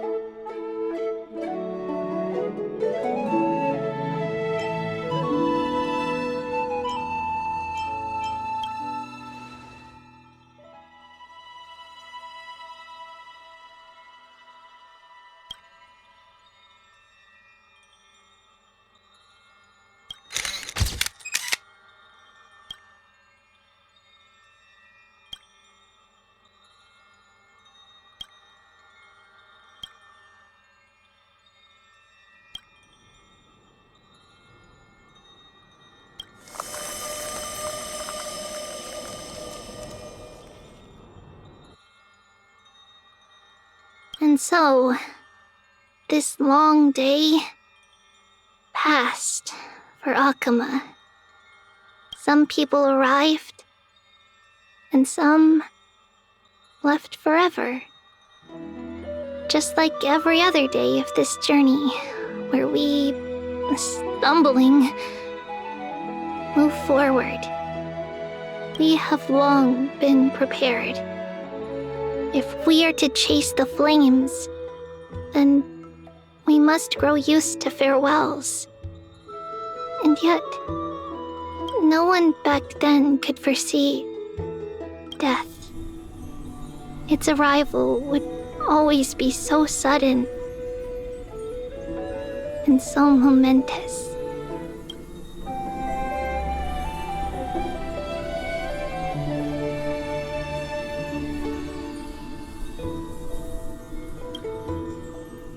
Even little Gray, coming from beyond the sky,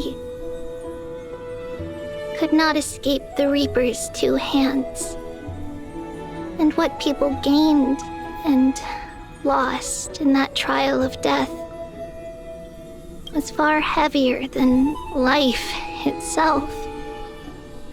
Just like the destiny that the prophecy revealed for Cass. At the end of the Sea of Flowers, the souls of the living shall warm thy fingertips. And after an embrace, there shall be eternal separation.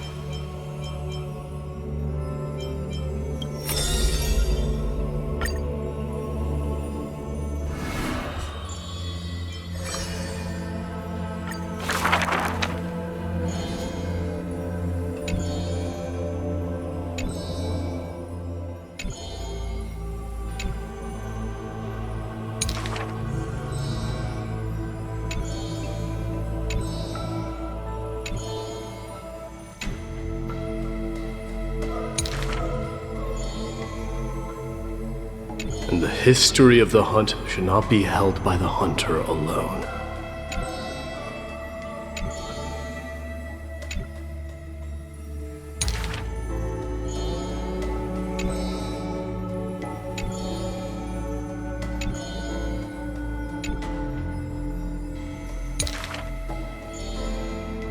Even insects consume each other, and he's no less than the Mad King's kin.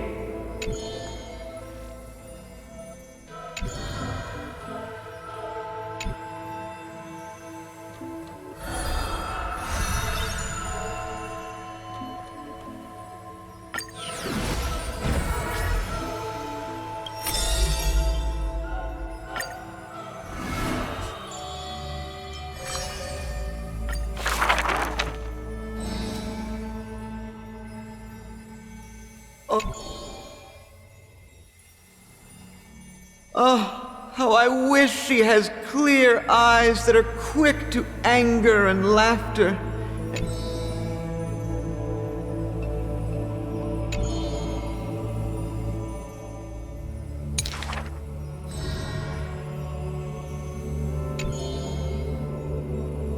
Lady Aglaea, I am Apollos' retainer, here for an outfit to take to my master.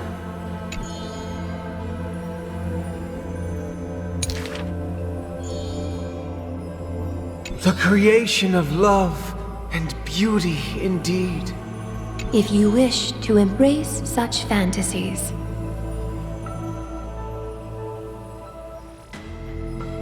you must beware of the scissors that can pierce through the chest.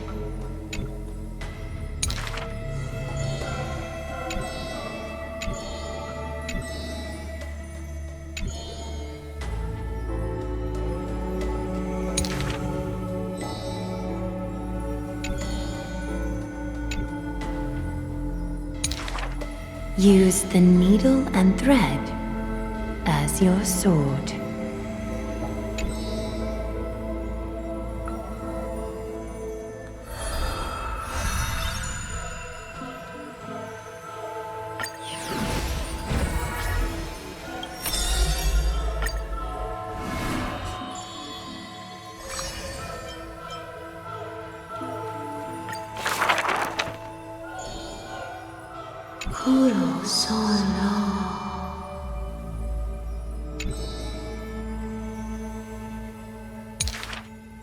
We have heard of a Chrysos heir. There will always be warriors like me, who believe in and are willing to protect the tomorrow they prophesize.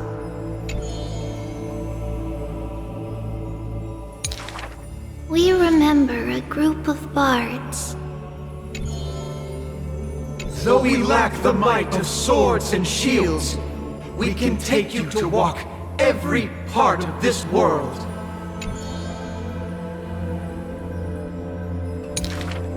We miss us. We will run towards the world's agony.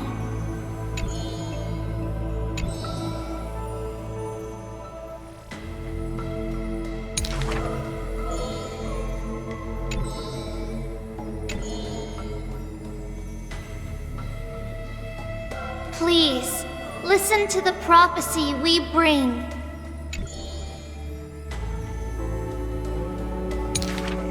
Chase the core flames with me. I promise that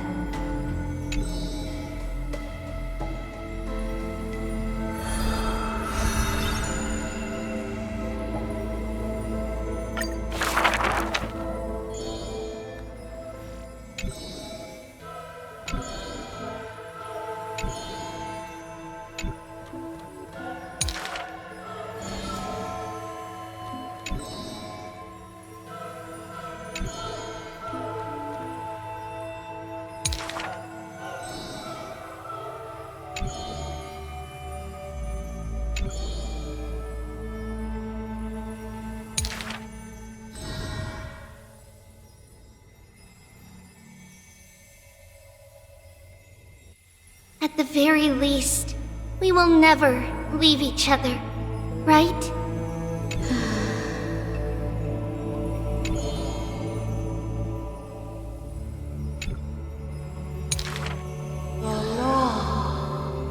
All shall bid farewell to one, and that person alone will witness the miracle.